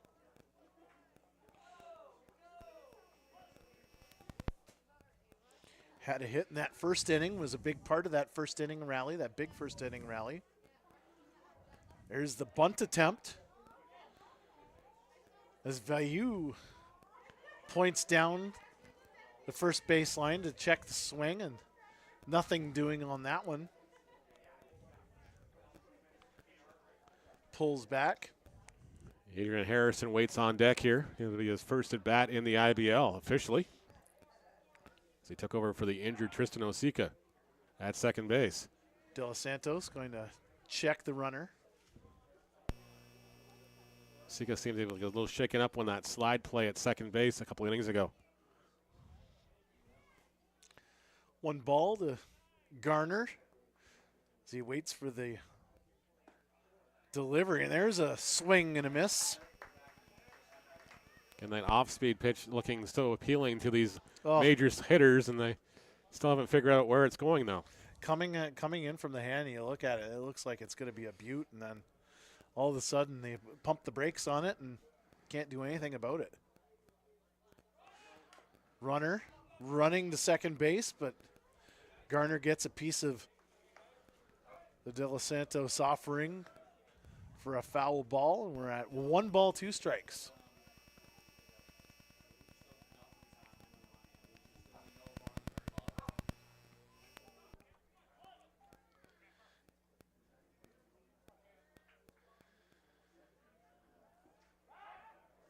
Runner doing a little bit of dancing on first.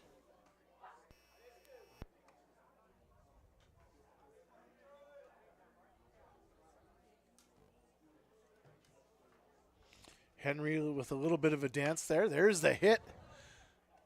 Gobbled up. There's 1. They got the double play. That's a way to clear the bases for the Brantford Red Sox defensively. Great read by Lucas Bateman at second base to start start off that double play, that flip over to the shortstop on to first for the pair of outs. That was just a nice little scoop by Bateman to Schmarter and then to Ortega. Now we have nobody on base with 2 out. First pitch to Harrison. Adrian Harrison. Waiting for the left-handed delivery. That one hooks in from De Los Santos. Man, you can really see the ball hook on that. That you can. It's just nibbling that corner on the outside. Try to go down low for ball 2. Harrison, as we mentioned, played for St. Clair College Saints in the OCAA. He draws the walk here. Harrison looks at ball number 4 and heads down to first base. Third baseman number 97, Ty Mosher. Going to bring up Ty Mosher, who's 0 for 2 in the contest with a pair of strikeouts so far. He's been a busy guy down at third base as well, defensively. Here comes the pitch. That one squirts through Viu. And Harrison will be on the second base on the wild pitch. Harrison rounds second base. Takes a look, but smart move to come back. Time a called time here. call Is here. Pitching coach Tyler Susi coming out to have a conversation with De Los Santos. Maybe picked up something here.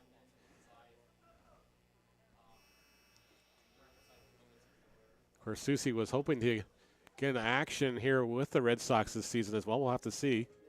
Just going to say, hey, it's always fun watching him on the mound. Yeah.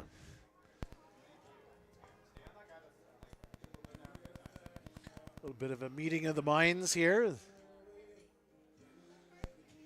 Again, De Los Santos has that nice little smile on his face. He's Yep. having a great old time.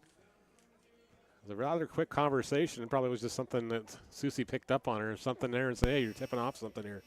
Well, that's a great thing about having so many veterans. Yep. And you're talking amongst your peers, almost, you know what I mean? And you're just kind of just making that little adjustment. As there's a high fly ball, and it's going to get lost in the light, but nothing. Black has that one as Mosher flies to left field to end the inning. No runs, no hits, no errors. After Left on base. 5.5, Host, Julia Vina. the London Majors holding on to that one-run lead at 4-3.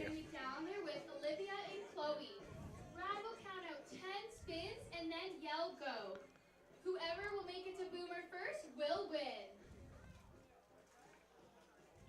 On your marks, get set, spin.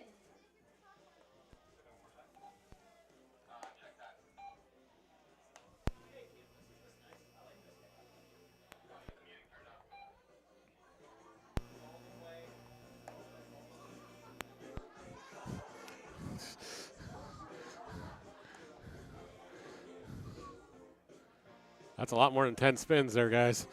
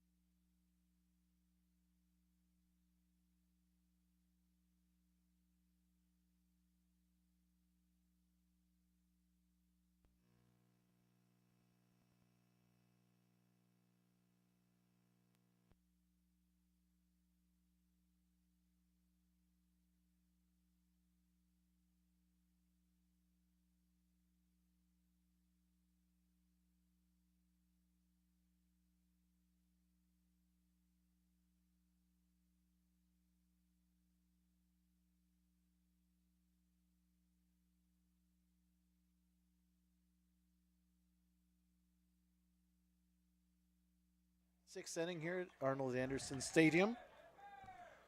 The London Majors holding on to a 4-3 lead over the Brantford Red Sox. As Chris Ortega takes to the batter's mound or batter's box.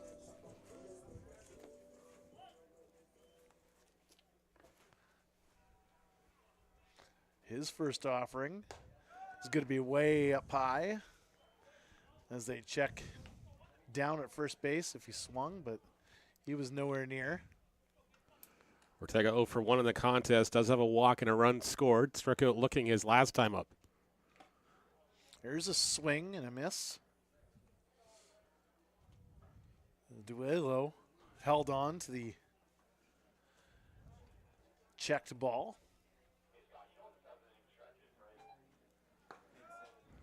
Another offering down low. 2 balls, 1 strike to Chris Ortega here. It's both teams settling in. Arias, the windup. Delivered enough. Ortega gets a piece of that one, hits the backstop here.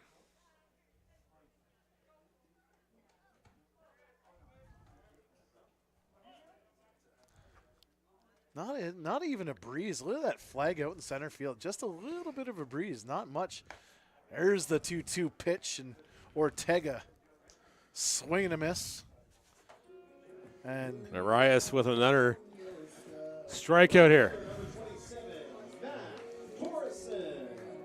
Arias and De Los Santos really putting on a show right now. They definitely are. You know, they've been fantastic so far. Going to bring up Matt Torreson, who's a 2 for 2 in the contest, a pair of singles, a stolen base, and a run scored so far. He had a great at bat, his last at bat. That he did. It was one of those ones where he just a great hit. Johnny on the spot, kind of was aware, got the double.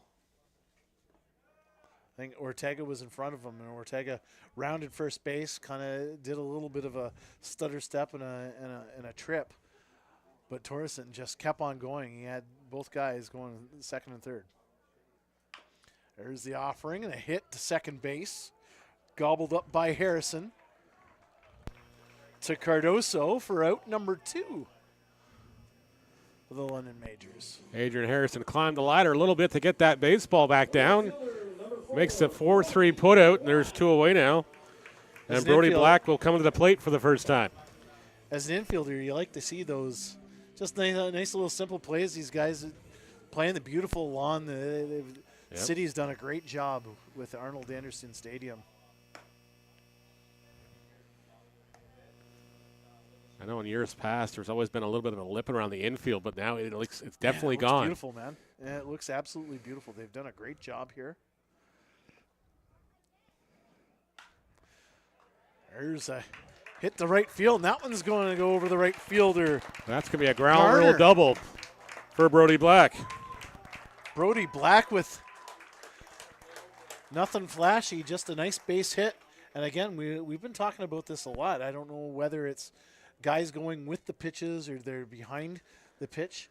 This one, Brody Black just went with the pitch on that one, and he just drove that one opposite way to right field. Couldn't got the ball by Garner, and now he's at second base with the double. I'll bring up Mark Smarter now, who's 0 for 1 in the contest, a strikeout. Did walk his first time up, got as far as third base before being stranded. There goes Black to third. Right on the first pitch, good read there, and Diolio has to get to that baseball in a hurry, or Black could have came home. Indeed. And again, that long backstop here we talked about earlier. Seen it happen many times where guys, go for the double steal. Yep. Max Schumarter. If Black doesn't slide into third base there, who knows? Maybe he does go challenge in here. He's got one ball to him. Red Sox trailing by a run here, trying to get the tying run home any way they can. There's a swing and a miss for strike 1. A healthy swing on that one from Schumarter. 1-1 pitch from Arias. Takes a look down on third base. Pitch. Schumarter wanted to hold back on that one as Arias hit the corner of home plate on that one for strike number 2. Arias making quick work here.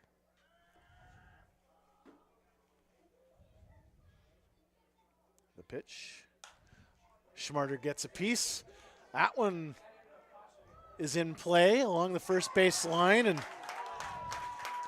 Cardoso couldn't hold on to the. Couldn't make the play on it. He dropped the ball, and that's going to be unfortunately foul, so the runner will have to go back to third base. That's a tough one, though. As a first baseman, that's always a tough one because you're going to your left instead of your strong right. Well, especially if you're a left-hand glove. It's almost the ones you want to yield to the second baseman on that thing because he's got a better angle than you do. No, 100%. You're 100% right on that one. And I'm surprised. I'm surprised Harrison didn't call him off on that, because he was there.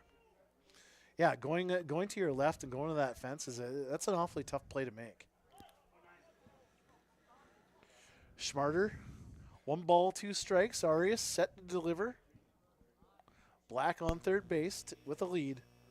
Pitch and a swing and a miss for strike 3. And Arias strikes out the side to end the 6th inning. The Red Sox in the 6th, no run. And the London Majors hold on to their 4-3 lead after 6 innings of play here at Arnold Anderson Stadium. It's a moment of IBL action.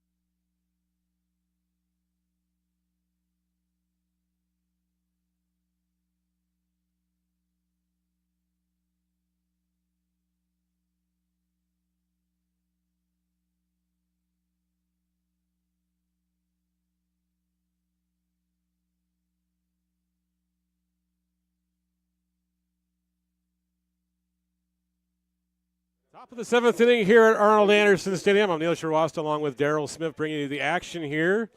Red Sox trailing the London Majors as we head to the top of the 7th inning. Pedro de los Santos back on the hill for the Red Sox. Working on a pitcher's duel, at least to the tail end here anyways. It's been fantastic. Both guys have been making really quick work of things and right into the strike zone. Yep. I think that's the key to things here. Just getting the whether it be a strikeout or getting the ball in play, things have just kind of moved along nicely here. Toby Simons showed bunt attempt on the first inning, or sorry, on that first pitch anyways. He hits this one right at the third baseman. It gets past him, and Simons aboard here to start off the Majors' 7th inning. Holick tried to show the old glove, the goaltender's glove hand on that one. That was about the only reaction he had to that. Yep. Well, he was charged in expecting a bunt. Next thing you know, he's got a bullet right back at him. So that was a nice hit. That was. They bring in Francisco Fajardo now. He's got a sac bunt in the first inning, a single, and a ground out in the 4th. He hits the liner at the second baseman. Harrison with the attempted tag will have to go to first. Gets the force out at first base. One away, runner now in scoring position for the Majors here with 1 out. Bateman had the table set for him on that one. He had it, kind of rushed it, took the bounce, and instead of having two, he was trying to have 2 hands on the ball to make the tag. Couldn't get that second hand over to cover it, and then with the tag, he dropped the ball. So we've got a runner on second base, and Bateman easily recovering and getting that out at first. Yep. That one's in the dirt on DeOlio here. Eduardo DeOlio 1 for 3 in the contest. A run scored, single in the first. Flew it to the shortstop in the second inning and struck out swinging in the 5th. Out of town scoreboard. Got this identical score up now in the 6th inning. The Maple Leafs leading the Kitchener Panthers 4-3. A great crowd on hand here and a great crowd on hand at Dominical Field as well, watching history this afternoon. If you missed it off the top, Ayami Sato pitched 2 innings for the Maple Leafs. 6 up, 6 down. And in her debut. There's a ground ball to the third baseman. Long throw across the bam, and it will get the out at first. Runner will go to third now with 2 away. That's a great decision by Ortega. Not an easy decision to make sometimes when you're pulling off that first base. But Ortega had to pull off first base to make the tag, and then he went and looked down to third base, tried to make a play on Gardner, but couldn't. Simon's now at third base with 2 away. Diolio retired on the 5-3. And Caden Cardoso looking for his 3rd hit of the afternoon and an opportunity to give the Majors some insurance runs here in the top of the 7th inning. Like you said, Cardoso, Rookie of the Year last year. He had a 327 batting average. Yep. And then in the playoffs, 379. He was an absolutely hitting machine last year in the postseason. 8 home runs and 53 hits in the regular season. 7 of them doubles. Or 7 doubles, sorry. Of course, last year he also had the longest hitting streak in the league. He started the season with a 20-game hitting streak. That's a heck of a way to introduce yourself to your teammates as a rookie. Oh, boy, oh, boy.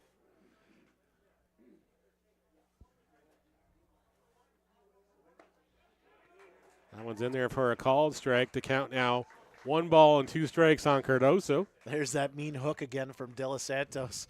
Started probably right at it looked like it was going to hit Cardoso right in the hip. Yep. And it broke right at the dirt. It was a strike right at the letters when it came in. Yep. Cardoso swings and misses. And De Los Santos, little pumped up, walking off the field here. He was He very gets happy the with job that. done. All right, fans, it's time to get on your feet for the And we're up to the 7th inning stretch here at Arnold Anderson Stadium. When we come back, the Red Sox will bat, trailing the Majors 4-3.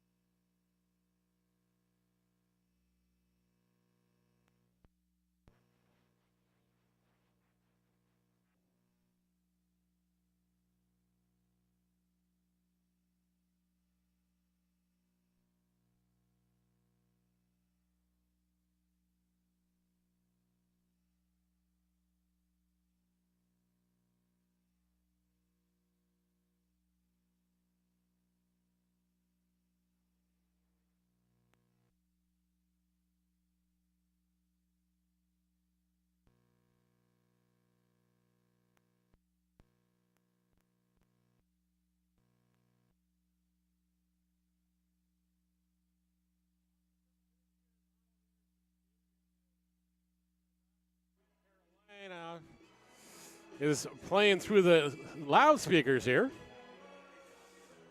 4-3 is your score in front of the London Majors as we take another quick look at the Rawlings Canada out-of-town scoreboard. Down in Toronto, the Kitchener Panthers have rallied in the top of the 6th inning to take a 5-4 lead over the Maple Leafs. Here we've been stuck at the same score since the bottom of the 2nd inning. It's 4-3. Majors getting 2 in the first inning, 2 in the 2nd. For the Red Sox, answered back with 3, and that one's first pitched aligned here by Lucas Bateman to start the inning. That he has been. He had a great season down at college at Rochester Christian University. And now it's just. That's the second line drive. Yep. This one. He's been busy at second base. You know, he had that drop on the attempted double play, but it was a heck of a pickup to make that play. Yep. I think it was just a case that he was trying to overthink it and rather than getting his hands on the baseball first. 100%. You know, Bateman's been fantastic and a great that youthful injection.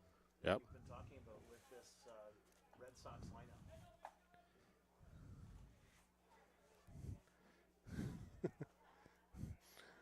I see Alan Ross has got the new upgrade, the new seat cushion, replacing his Guelph Royals one. Of course, if you guys are a fan of the IBL, you know all about Alan Ross and the legendary man himself, the longtime ticket seller on the hill for Dominico Field, decided to make the trek up here today, enjoying his retirement. As this one is lined in the outfield for a base hit by Smith. Bateman goes to third. Runners on the corners. Nobody away here in the Red Sox 7th inning. It's just nice hitting, Neil. It is. And again, nothing flashy. He worked with the pitch that he was given. Yeah. Dropped his hands down. Dropped the hands down and just drove it opposite way for the single and moving Bateman to third base. That's just Yep. And again, you don't need to do anything fancy. We were talking a lot about small ball earlier on. And we got manager Roop Chanderdak coming out for a visit and probably looks like he's going to collect the baseball from his reliever here, Jose Arias. Doing a great job to this point, but just got a little shooken up here in this inning, and that is going to spell his exit here. Arias not very happy. He kind of gave the two hands. He's like, what do you mean? Yep. I'm doing the job. That's a gamer. He just wants to stay in the game. He wants a chance to get himself out of this jam. No, he was fantastic. I like the way he works. He really just right down to business. You know what I Yep. mean? No pause. He doesn't really react to the umpires if there's a call that he thinks was Yep. missed. Oh, exactly. And, of course, the gentleman that's coming in here to replace him, no stranger to this ballpark, and, of course, no stranger to the league as well. Looks like that's Victor Payano coming in relief here. Big guy. Big guy. Big guy with a big bit of gas here. That's what it looks like. Anyways, the glasses will be the dead giveaway.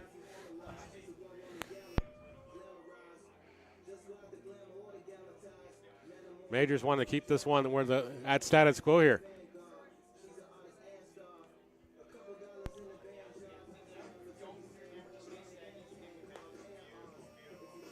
Here's up pitching for the Majors, number 53, Victor Payano. Payano. Last year, a 2.95 ERA.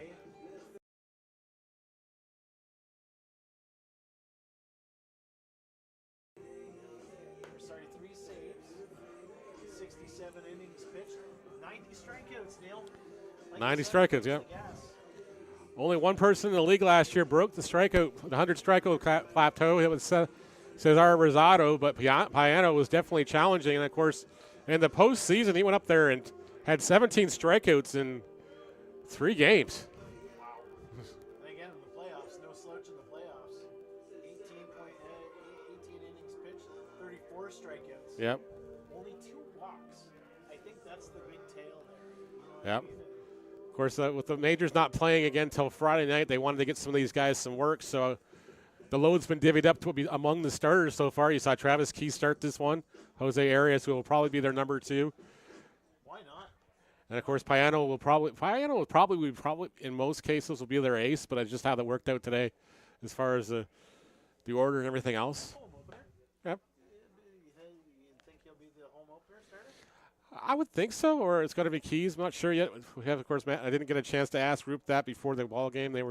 He was busy trying to get the lineup done, and Everybody was busy kind of running around. well, exactly. Opening day. It's always a bit of a scramble too, for especially the managers on the first days. They got to make sure the guys that are everybody's on the card first of all. And the second thing is make sure they got the right number on too. So, as you saw Jeff Lonsbury coming up several times to tell us here today, hey, this is so and so took somebody else's uniform, so he's not wearing that number today. Nobody away here in the 7th inning. Runners at the corners as Piano will come into work now. Gets the sign from Diolio. That one's first pitch is in the dirt. Bateman has to go back to third. Bateman was looking.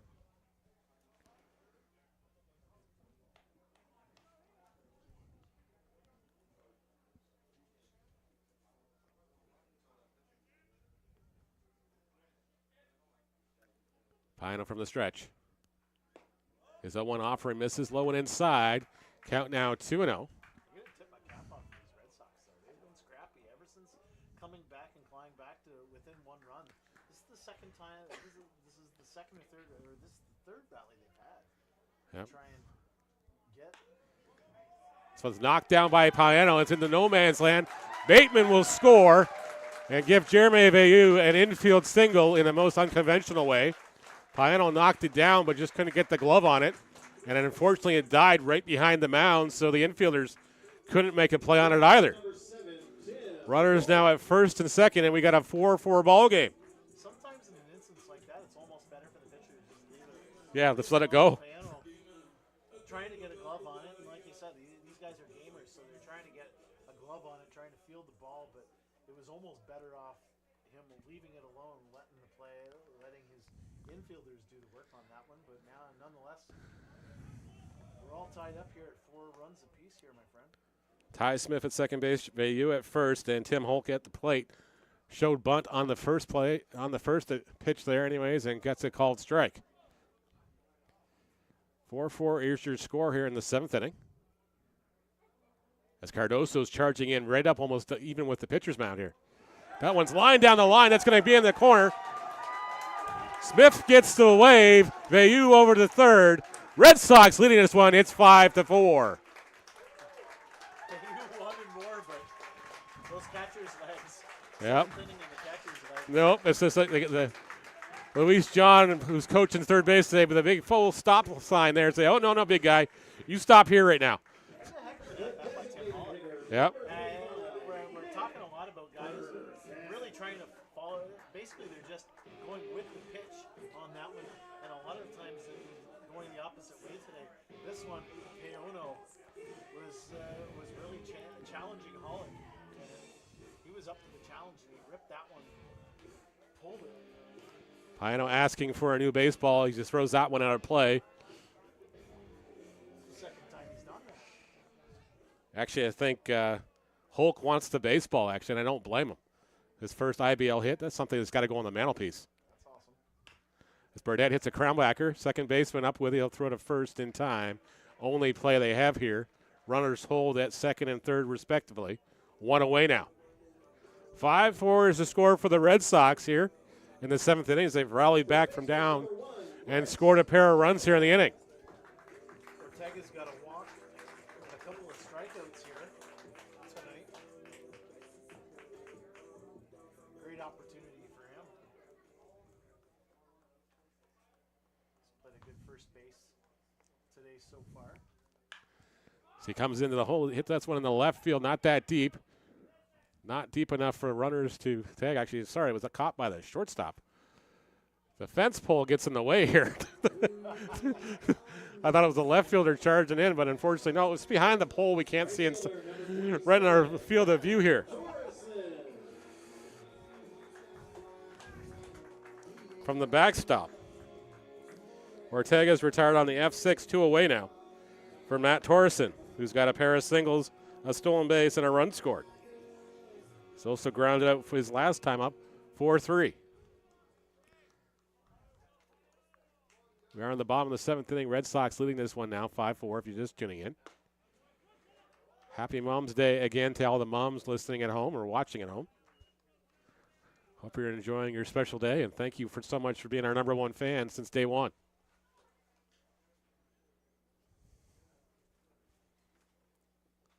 Piano's offering, misses outside. Hits the glove, but a little too far outside, says the plate umpire. Oh, you'll set up your side as well. Bottom of the 6th inning in Toronto, the Maple Leafs have rallied to tie that ball game at 5-5. Sounds like a fun game, lots of offense. That one's in there for a called strike. Count now 1-2 now. That looked like it was high, way outside, and all of a sudden it broke right in. And then Torreson had nothing. He couldn't do anything on that one. He thought it was outside, so he laid off. And next thing you know, it's back in the back door there.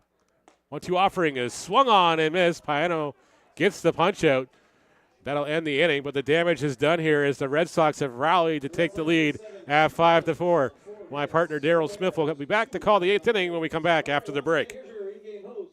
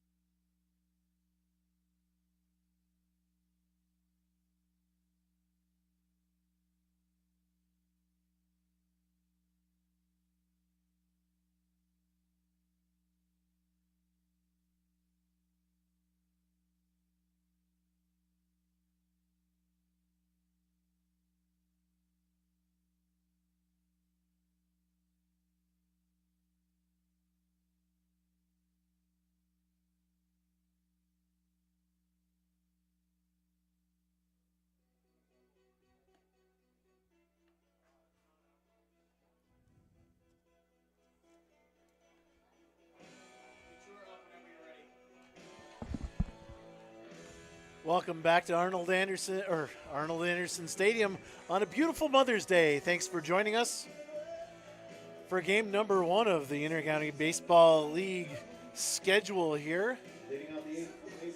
A big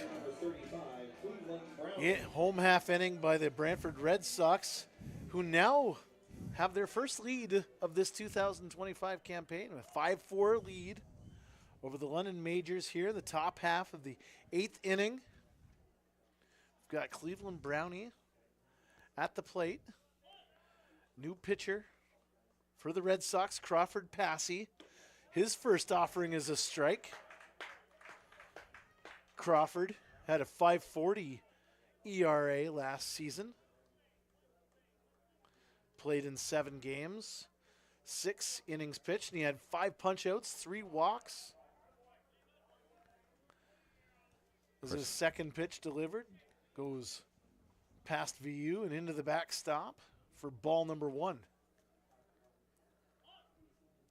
Passy, of course, started last season with the Panthers before joining the Red Sox. He's from Kitchener, yeah. He's a Kitchener guy, and he played for the University of Waterloo and had the opportunity to call the University National Championship following a final with him in the broadcast booth. Nice. It's great to get some And again- insight from a pitcher. And again, two-way people out here. Yeah. Lots of two-way. He's got 2 strikes and a ball to Cleveland. Maybe we'll have to mic him up sometime and let him do some stuff from the dugout. Yeah, I've got some lavaliers. Actually got a pair sitting in That's awesome. sitting in the bag too, just in case. Brownlee Brown- calls time there. Brownlee, the KG veteran, taking his time, getting settled into the right side batter's box here. Here's the pitch from Passy. Well wide. And we've got ourselves a full count here. Nice little battle. The Brantford Red Sox clawed themselves out of an early hole. There's a drive by Brownlee down the left field.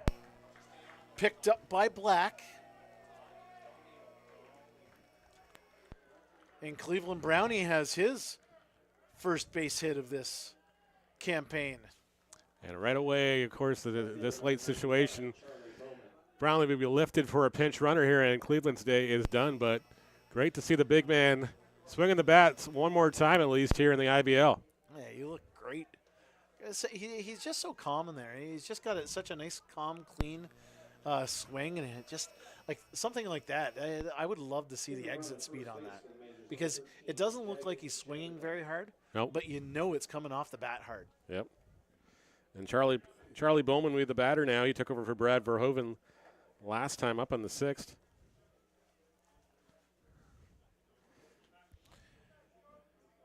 Passy sets in. A little check. Bowman shows bunt there. Both teams not afraid of playing small ball here. Well, sometimes you just got to go with your strength here. What are You the know, you're dimensions here? not a home run hitting team. You got to just find ways to manufacture runs. What are the dimensions here? I can't remember, but I know they're not shallow. That's for sure. No, that's why I was very curious to see how deep this yard is. Yeah, they don't have the They signs used up to right have now the- either. they They used used to to have the have signs up, but now they're not. So we'll have The to go to attempted bunt again is do some Bowman digging pulls around back. a little bit to find the dimensions. But again, you have the left field porch. That's Yeah, but That's it's got a pretty- 20-foot tall fence there, so you got to hit it over there and the put it into silver somebody's monster. gardens. You got to put it into somebody's garden if you're gonna hit that one. Yep. And he draws There's Bowman another draws ball. the walk here, and it's suddenly the Majors have got the tying run at second base and the go-ahead run at first here in the 8th inning. And Tyler Susie out in a hurry here to have a conversation with his pitcher. Indeed, this is a little bit of A and a little bit of B, where you're going over a little bit of strategy on how to pitch to your next batter, but also the situation here. Yeah, I mean, it's where probably you got two guys on base. Might want to come in a little bit. Yeah. You don't want to. And I think you're also just reminding the infielders who's covering what in case they show bunt here. Because I would not be surprised. I would not put it past Roop Chanderdad down at standing on third base here to have something going on here, a set play either a hit and run or a bunt to move guys into the scoring position and just let somebody else in the lineup do the job. Well, especially with Champ Gardner at plate.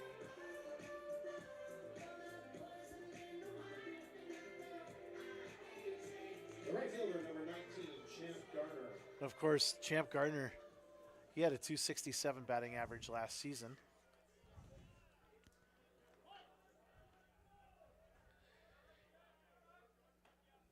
He's scored once, had a single, and he's going to attempt a bunt. Red Sox running the full wheel here. Shortstop going over to cover third baseman charging on the bunt attempt. Looks like they were working on that prior to. They had a little bit of infield. Again, Garner's showing bunt right away, and there's the pickoff attempt to second base. Close.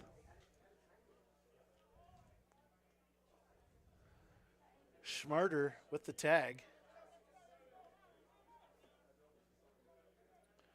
Passy.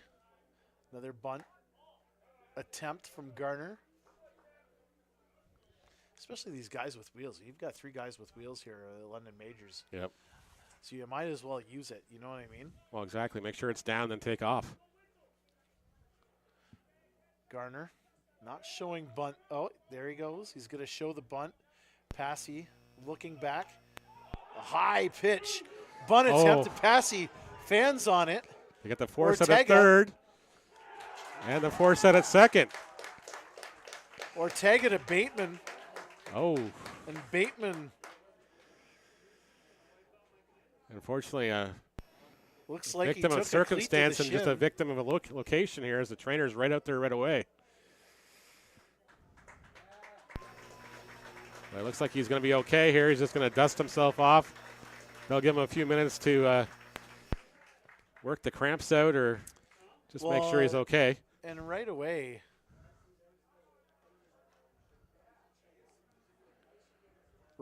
Bowman looked over at Bateman and made sure that he was okay. That was definitely. It was just a matter. He was sliding into the base, unfortunately, and yeah. That's a tough slide, but at the same time, that's just a baseball play. That's not definitely not malicious. As Harrison, like we were just saying, Harrison, making sure that his peers are all right on second base. Red Sox get an unconventional double play on that play. His Passy couldn't field the bunt, goes off his glove. The shortstop picks it up, throws to throws to third, gets the force out. Or sorry, the third baseman through the. Schmarter to Hollick and. Yep. Hollick back to Bateman. And 2 away now. Passy dealing with the runner at first now instead of what could have been a really interesting situation, probably with bases loaded. Oh, very alert play by Hollick. Yep. Especially off the tip glove and watching Passy kind of a little bit of a yard sale on the pitcher's mound there. Pitchers I've always said in the mindset, pitchers are just traffic cops. Get out of the way. Absolutely. No, 100%. We were saying that earlier about Arias. Yeah. Arias had a really great opportunity to just kind of leave it alone, let the shortstop do the work, and easy peasy, you're done. But Payano decided to get the glove on it probably more out of the self-defense if anything too. Yeah. Just it was in his range, so and that's a walk here as Passy can't find the zone again. And then I bring up Ty Mosher with 2 away, and now runners at second and first Jeff again. Lounsbury coming to the pitcher's mound is Passy having a tough time finding. He's been upstairs a lot. And now we got a new away pitcher. with it once with the Garner bunt. It was definitely a ball. Garner got a piece of it with the bunt, and that looks like it could be Aiden Armitage coming in here to pitch now, as Crawford Passy's day is done.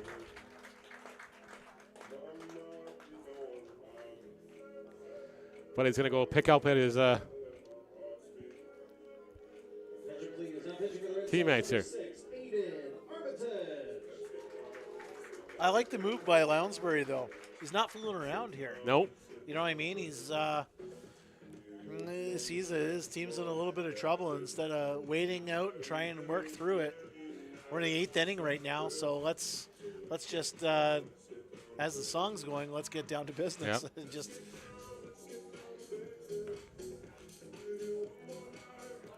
Well, the shortstop just gave himself a little bit of an eye wash out there with the water bottle, so maybe it was a lot of dust got flipped up on that play out there. Well, especially in this clay right now. Yep. It rained quite a bit earlier on last week, but it's been beautiful here. And yeah, it has been. And again, the city of Brantford, the grounds crew here at Arnold Anderson Field looks Stadium, great. They've been doing a fantastic job. And again, the real life job of having to book fields for high school sports, and they don't let you play on these fields in May or until it's May 1, and sometimes they hold back on you. Well, sometimes because it depends on the rainfall and what kind of weather we had too in the last month of April. Gosh. You don't want as much as people are itching to go and everything else, you don't want the field to be in a position where it's like, hey, it took a beating the first 2 weeks. We got to shut it down here. Yeah. Well, and even in a position where I'm in, where I'm trying to book fields for about 8 different leagues right now, and you got to get the games in, whether it be rugby, soccer, ultimate frisbee, or whatever. You got to get them, but you have to respect the fact that they don't want them on the fields. Even in Paris, they've got a beautiful soccer field in Paris. They still have we had games booked last week, and they still didn't want games played on there. And they apologize, but you have to respect it. That's the only response you give. You respect the fact that like you got to respect it too, because it's just you want the fields to get you through the year. Oh yeah, well, and you want it pristine for something like this. You know what I mean? Exactly. So hats off to the city of Brantford for really doing a great job with this field. It's mid-season. We haven't even used the term mid-season form yet. Yep, no, but it's looking good. It's mid-season, that's for sure.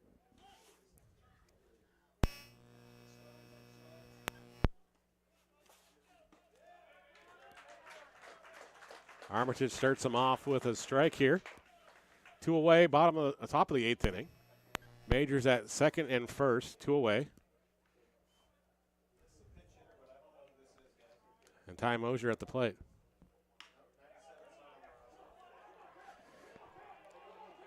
So when it's thrown there, a cutoff is going to be cut off. They tie the ball game as Mosier comes through with a single. Just another great at bat.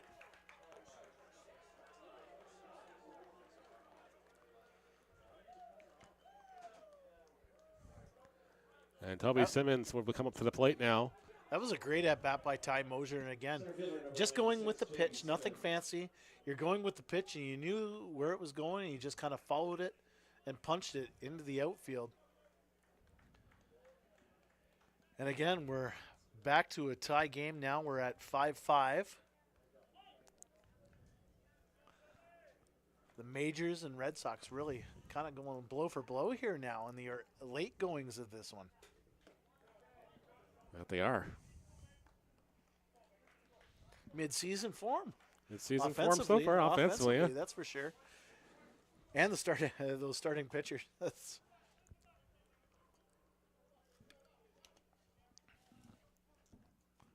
it's always the age-old question at the start of the year: who's got the advantage, the pitchers or the batters? I would say in this league, because a lot of the batters are usually playing collegiate baseball that are coming back and everything else, so I think they've probably seen a little more. But whereas the pitchers in this league seem to be more veterans, more local guys, and it's like, okay. Get out in the indoor, like you were saying, talking about just indoor facilities. Like, yeah, it's great to train in an indoor facility, but there's nothing like seeing pitching real on the mound, right? Exactly. Of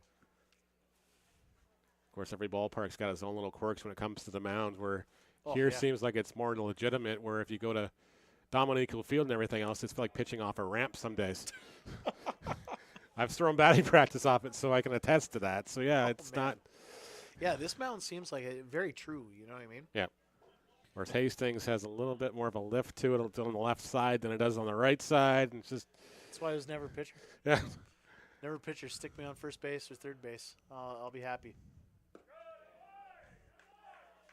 That one misses for a ball. Count now 3-1 on Simons.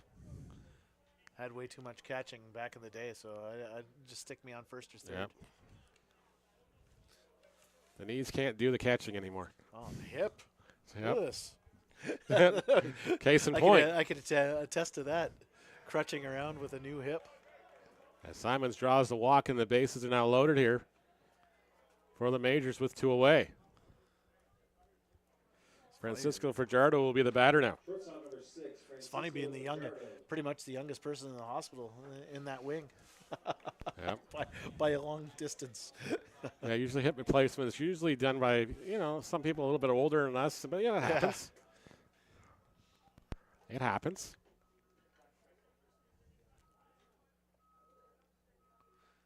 Jaro's got a run batted in this afternoon.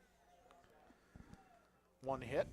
Yep, a sacrifice, a hit, and a pair of groundouts, or a groundout and a comebacker.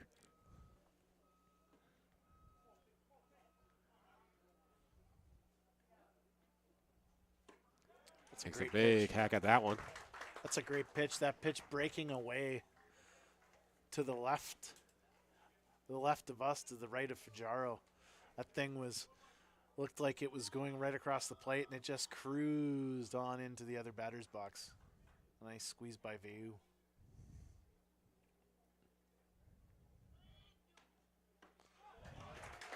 Again, it's almost like a slider. Looks pretty delicious to hit, but then I'm gonna have to ask Armitage, is it a sweeping curveball, or is it more of a slider or more of a slurve? It looks like it's breaking nicely right now. I know, Aiden, you're gonna watch this later, so just message me on a DM on Instagram. We got to know. Goes inside on that one. Gotta keep him guessing. I like the new jerseys too, the Red Sox. Yep. We're talking a lot about the Majors jerseys, but with the nice big number. Yeah, I just wish I had the number on the front. Yes. That's the squirmy coming out. It's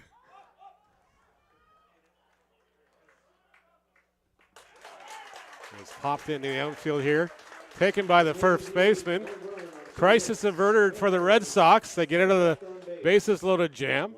But the Majors have rallied to tie this ball game as we head to the bottom of the fifth inning, or bottom of the eighth inning, tied at 5. Today is a Sunday afternoon game.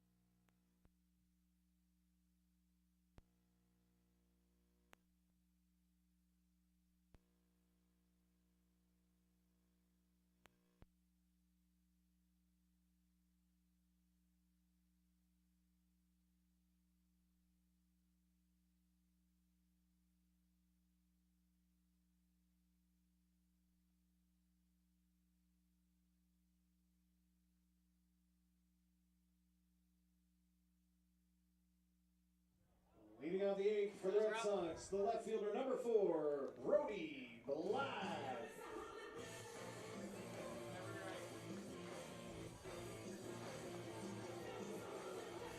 Go ahead. Welcome back to Arnold Anderson Stadium for the 8th inning here. We've got ourselves a tied game. Brody Black at the plate.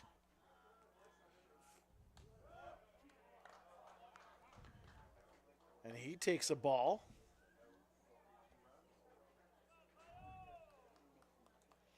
From Piano.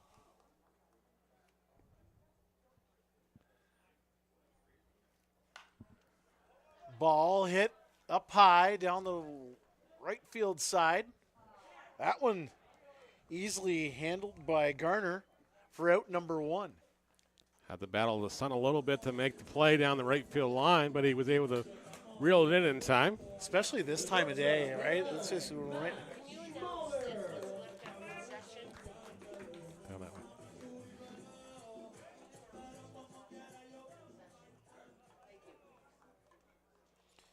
And Max Schmarter takes a Piano strike to start his at-bat. This has been a fantastic game. Just back and forth action. Both teams got out of jams, showed a little bit of everything, both getting out of jams, then producing runs a variety of different ways. Here's the pitch. That's the hook. Caught the corner. Schmarter didn't like that one, but boy, Piano painted the corner on that one with that curveball. Here comes the curve again. Fouled that one off into the mitt of DeLeo. 1 ball, 2 strikes to Schmarter. Schmarter's got a pair of strikeouts and a walk. Wanted that one, but held off. Now we're at 2 balls, 2 strikes. And Bateman sitting in the batter's box waiting, licking his lips. He's had a game so far today. Here's the pitch from Peyo. And yes, he did swing at that one. As Schmarter strikes out for out number 2 here in the bottom half of the second inning. Or bottom half of the 8th inning, second inning. What am I talking about? We're not going on a time machine, are we? The time machine.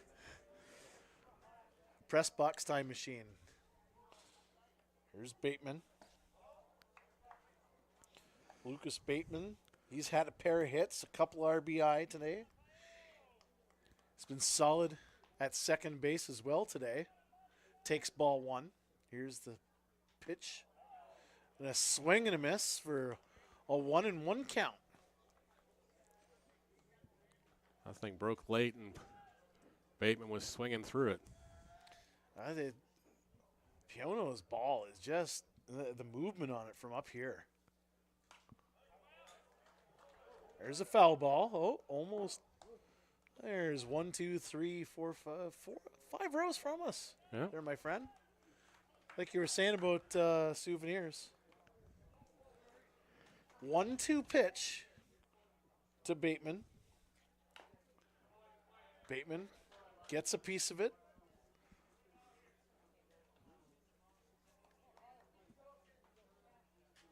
This Piano.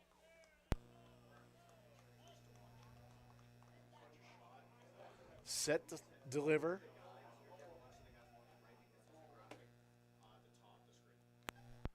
Pitch. Bateman looked like he was going to take a hack at it, but thought against that as the pitch was up high for a 2-2 count now. Piano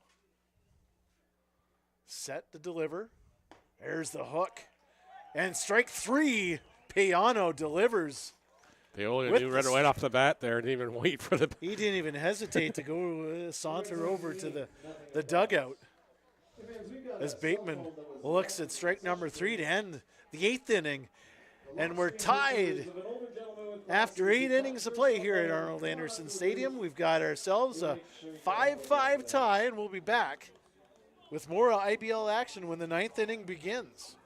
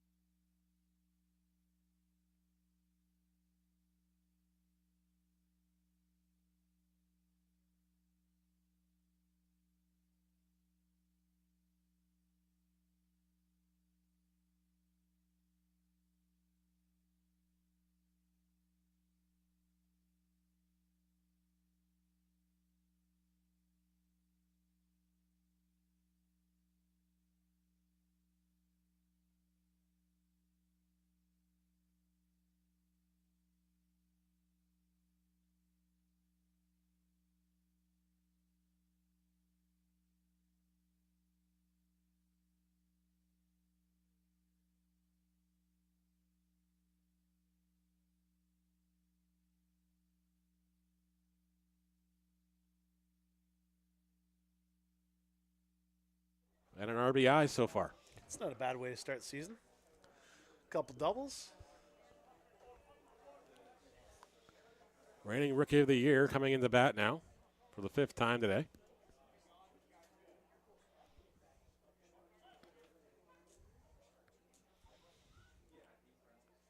Currently batting .500 on the season.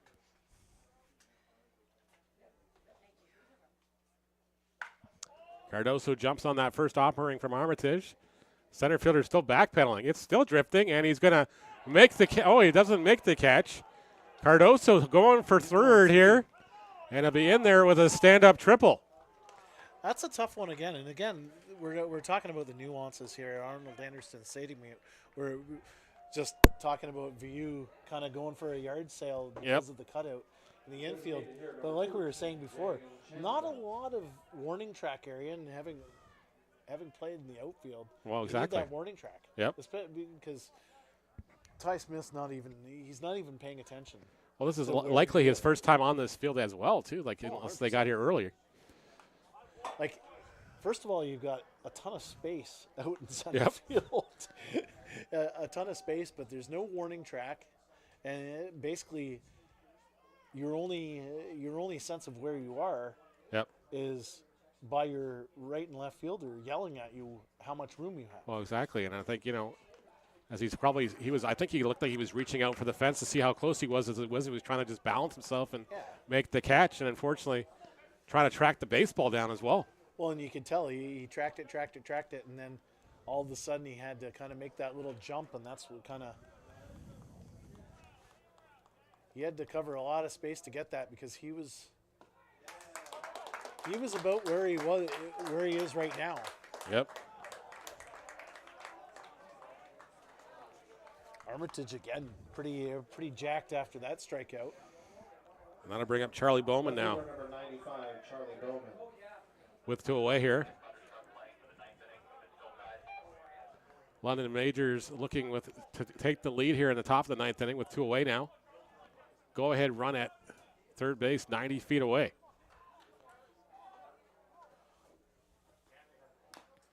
Bowman fouls that one off for strike 1. It's a pretty nice hack. It's off his front foot on that one, but situation like this, you're not worrying about trying to bury the ball. You're just trying to get bat on ball, trying to put the ball just into the outfield, just to make a play, so you can score your runner from third here. There it is. There's a chopper. This is going to be a tough play for the shortstop. He'll not be able to get to it, and that's going to score the run. Again, Charlie Bowman doing nothing fancy, just trying to get bat on ball, trying to make the Red Sox just make a play, honestly. And the ball unfortunately died underneath the glove of the shortstop. yeah, Schmarter, and again, the field, a little bit of dampness in there, and just kind of ball absorbed. And Schmarter had a really tough play to make. Waiting for the official scorer's ruling on that one, but likely a single. Yep. And an RBI.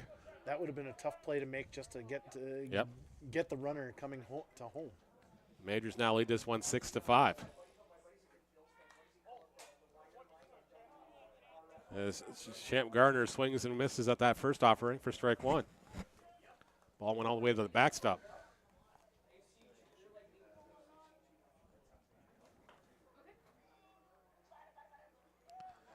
.6-5, the Majors leading this one now. Here in the 9th inning. As Gardner fouls that one off. The hit and run was on. Doing his job, getting a piece of it to protect the runner.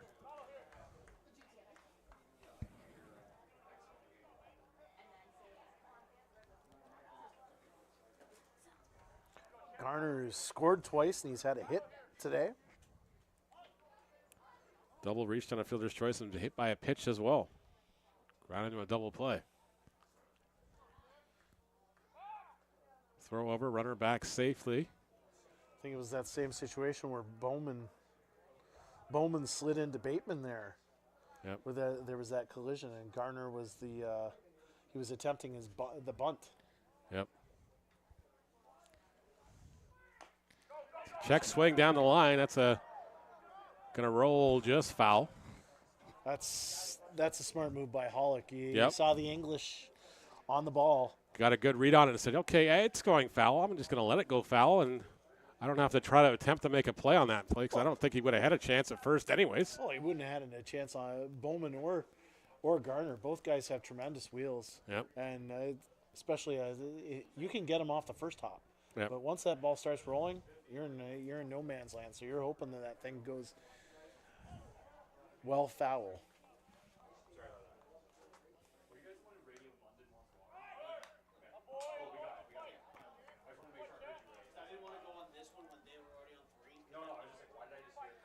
Bowman's really just trying to get that bat on ball as well. Just trying to get the guys going.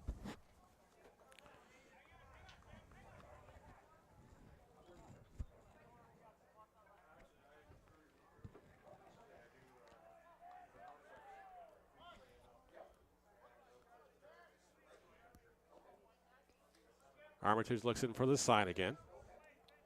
His 0-2 offering. This is outside. Count now 1 ball, 2 strikes with 2 away.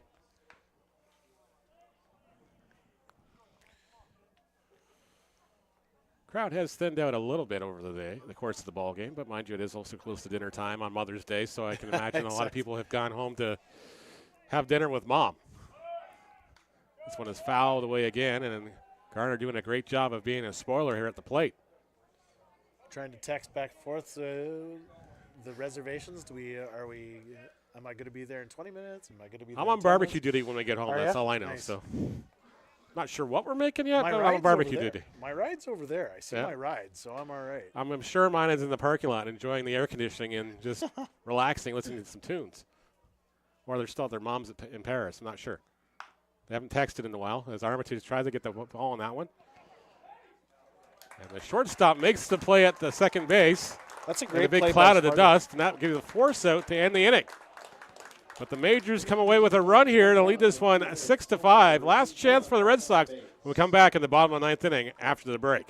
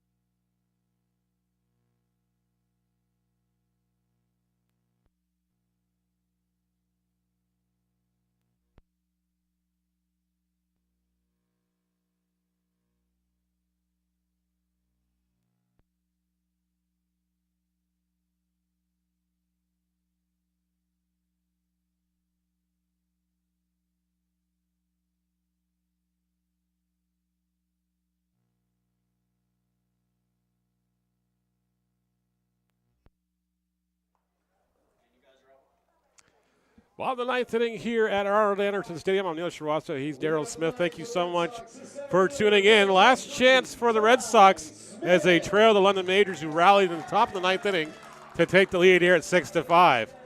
The top of the order due up for the Red Sox. Ty Smith to lead things off And against Victor Payano. It's one of those things, if you want the top of your order, the 9th inning, and this is exactly what the Red Sox are getting. So if you're a Red Sox fan or you're part of the Red Sox organization, you're hoping that's going to happen. Payano asking the umpire if that was outside, and he nods his head in agreement. Count 1 ball, no strikes on Smith. Smith takes a big hack at that one, evens the count at 1-1. Quick look at the Eddertown scoreboard. The Kitchener Panthers now in the top of the 9th inning, leading the Toronto Maple Leafs in the other only game in the intercounty, 6-5. Seeing a pattern here in the scores today, Daryl. Yep. Opening day. Opening day. Great crowds in hand in both parks. Well, and a little bit of history. You want to touch on that? Yeah, I know you kind of touched on that. A Yeah, little bit first of history. first female pitcher in the IBL, first to play professional baseball. Japanese sensation Ayami Sato, arguably the best female baseball player in the world, now pitching for the Maple Leafs. That's a pretty big deal. It's a pretty huge deal. And I know when the press release went out and everything, but just from that league perspective, what does it mean for the league to have It's a just player of that it's caliber? another first and another great notch in our belt. And I'm glad that I'm relieved she was able to go out there and show her stuff against the boys, which has always been her lifelong wish, was to compete at the highest level against the men. And she was able to do it today.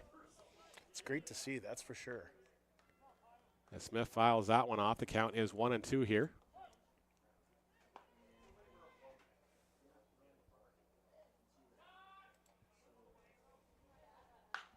Smith gets a hold of that one, but that's going to go foul down the left field line and out of play. Third base coach dipping, diving, dodging. You can tell he's a shortstop. That's for sure. Hopefully won't be able to line up too much longer.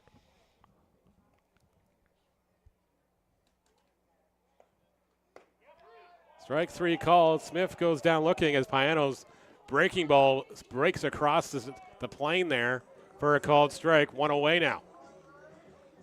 Red Sox down to their final 2 outs here in this ballgame. As Jeremy Villa, the batter now. Bayou's got a trio of singles and a walk so far in this contest, so you could definitely like to see him get on base one more time here. Veu, he's done yeoman's work tonight behind the plate for the Red Sox. Not an easy task to be behind the plate. Especially not when it's a bright sunny day like this and everything else, and plus you got to put the equipment on top of yourself goodness. on top of that, and then, oh, by the way, we expect you to go bat a few times too. Crepe, even the last inning where he had to trying to track down a foul ball. That's a tough thing to do. Yep. Count is 0-1 from Piano on Veu now. He's had 3 hits today. That he has. 3 hits and an RBI. Make that 4 as he comes through once again. It's just a great at-bat, Neil. That was. And again, just nothing fancy. He's just meeting the ball. He saw where the ball was coming. It was going outside, so he just kind of dropped that bottom hand and drove it. Yep. Tying run on base for the Red Sox at first base. Tim Hulk with an opportunity. He came through with a clutch double last inning up. Or last time up, sorry. It was in the 7th inning. Hit it down the line here. Piano's offering misses high and outside for ball 1. It's one of those situations you think trading in Viano for the pinch runner, or would you keep him in because of defensive purposes? I just don't think I don't think Cassie Wyatt's here yet. The other catcher's here yet, or he probably definitely would have been that opportunity and less more available. I think you're stuck with Veu catching at least for this game. Mm-hmm.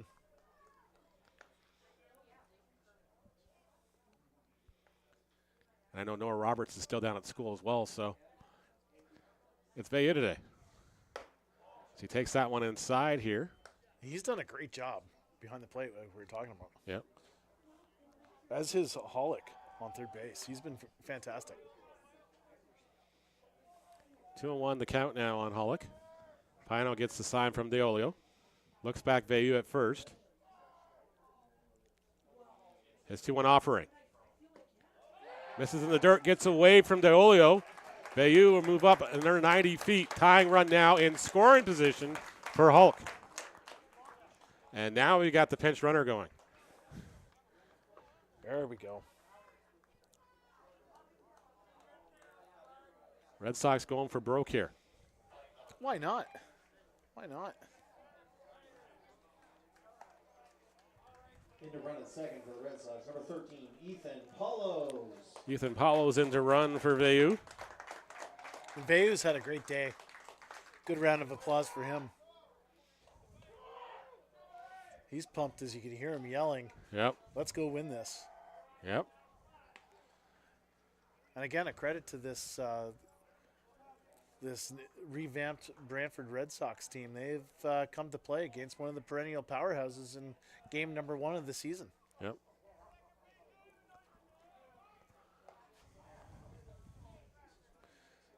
Umpire is adjusting his lineup card. You know what one of my favorite parts about the IBL is, though, Neil? What? Fans. Yeah, all the fans got make the- this thing go. Fans are fantastic. I love the hecklers, and you can hear it. Someone's giving it to Cardoso right now. Yep. I don't even know your name, he says. Yep. I love it when the games, when the chips are down. This one is popped in the infield. Outfield, and it's going to be caught by the center fielder for out number 2. Easily handled by Simmons. As Nick Burdett comes to the plate. The designated hitter, number 25, Nick Burdett. And if there's anybody due for a hit in It's this definitely one, Nick Burdett. He's 0 for 4 in the definitely Nick contest. A trio of groundouts and a comebacker. I'd be sitting on one of those curves. Just go drive it opposite way. First pitch misses outside for ball 1 from Payano. That's one of those curves right there. That was feeding into the strike zone, just missed. I don't know if the majors have got a set play going on, but Fajardo was moving around in the infield here too.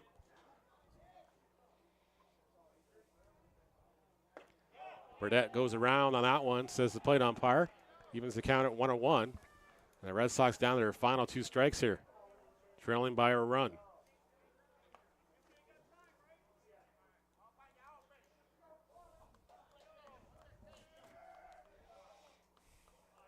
Payano gets the sign from DeOlio. His 1-1 offering. Misses outside and low for a ball. Count now 2-1. Piano wanted that one, that's for certain.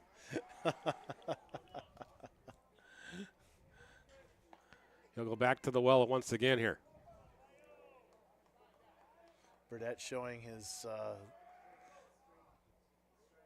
veteran patience on that one. I was about to say that, yes. Payano looks back the runner. 2-1 offering. Is in there for a called strike and evens the count at 2-2. There's the curve. That's not the curve that Burdett's wanting on that one. Nope. You know what I mean?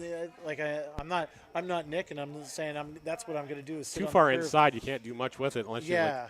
you're going to get jammed on it.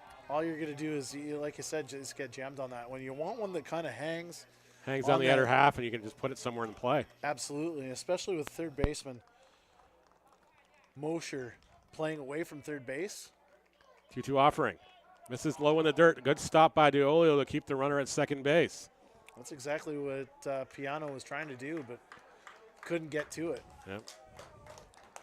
Interesting to see if they go back inside here, or are they going to try to go outside again? Payano and DeOlio will have that conversation with a series of signs here. I'm thinking Piano's going to go inside on here, try and jam Burdett.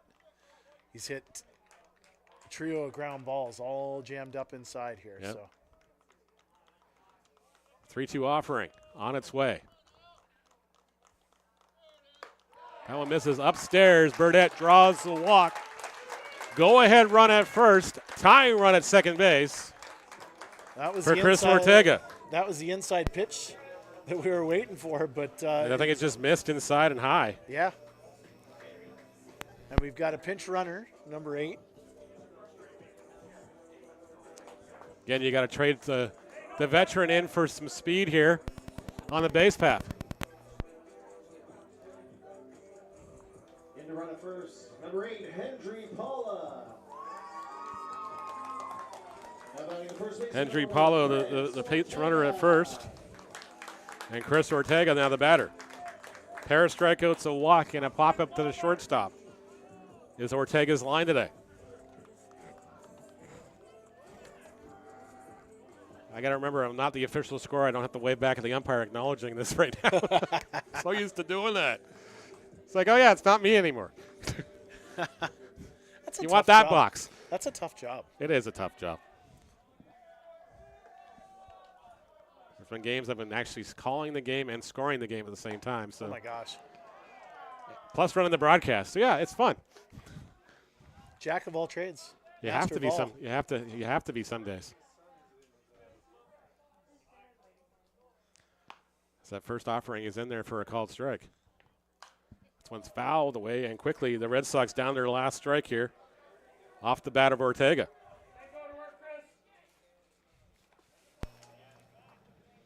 Hayano pitching with a little bit more renewed confidence after losing the battle to Burdett.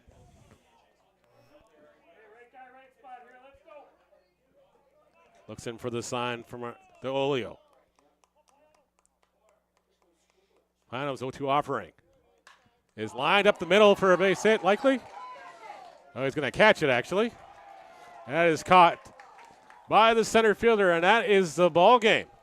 The London Majors hold on to win this one 6-5 over the Red Sox. 2 left on base. Majors victorious in the opener, spoiling the new ownership here in Brantford. Well, you know what? It was a great game, Neil. And It was. A couple takeaways from this one.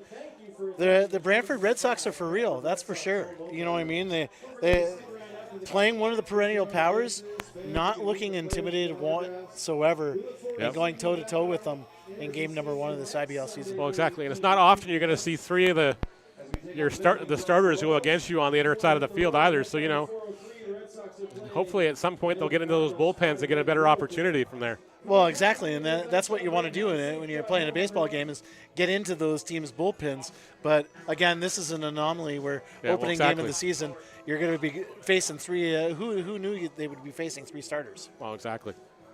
I'm Neil Shrivastava. Thank you so much for tuning in. For my partner, Daryl Smith, we'll catch you next time on Red Sox Baseball on YouTube.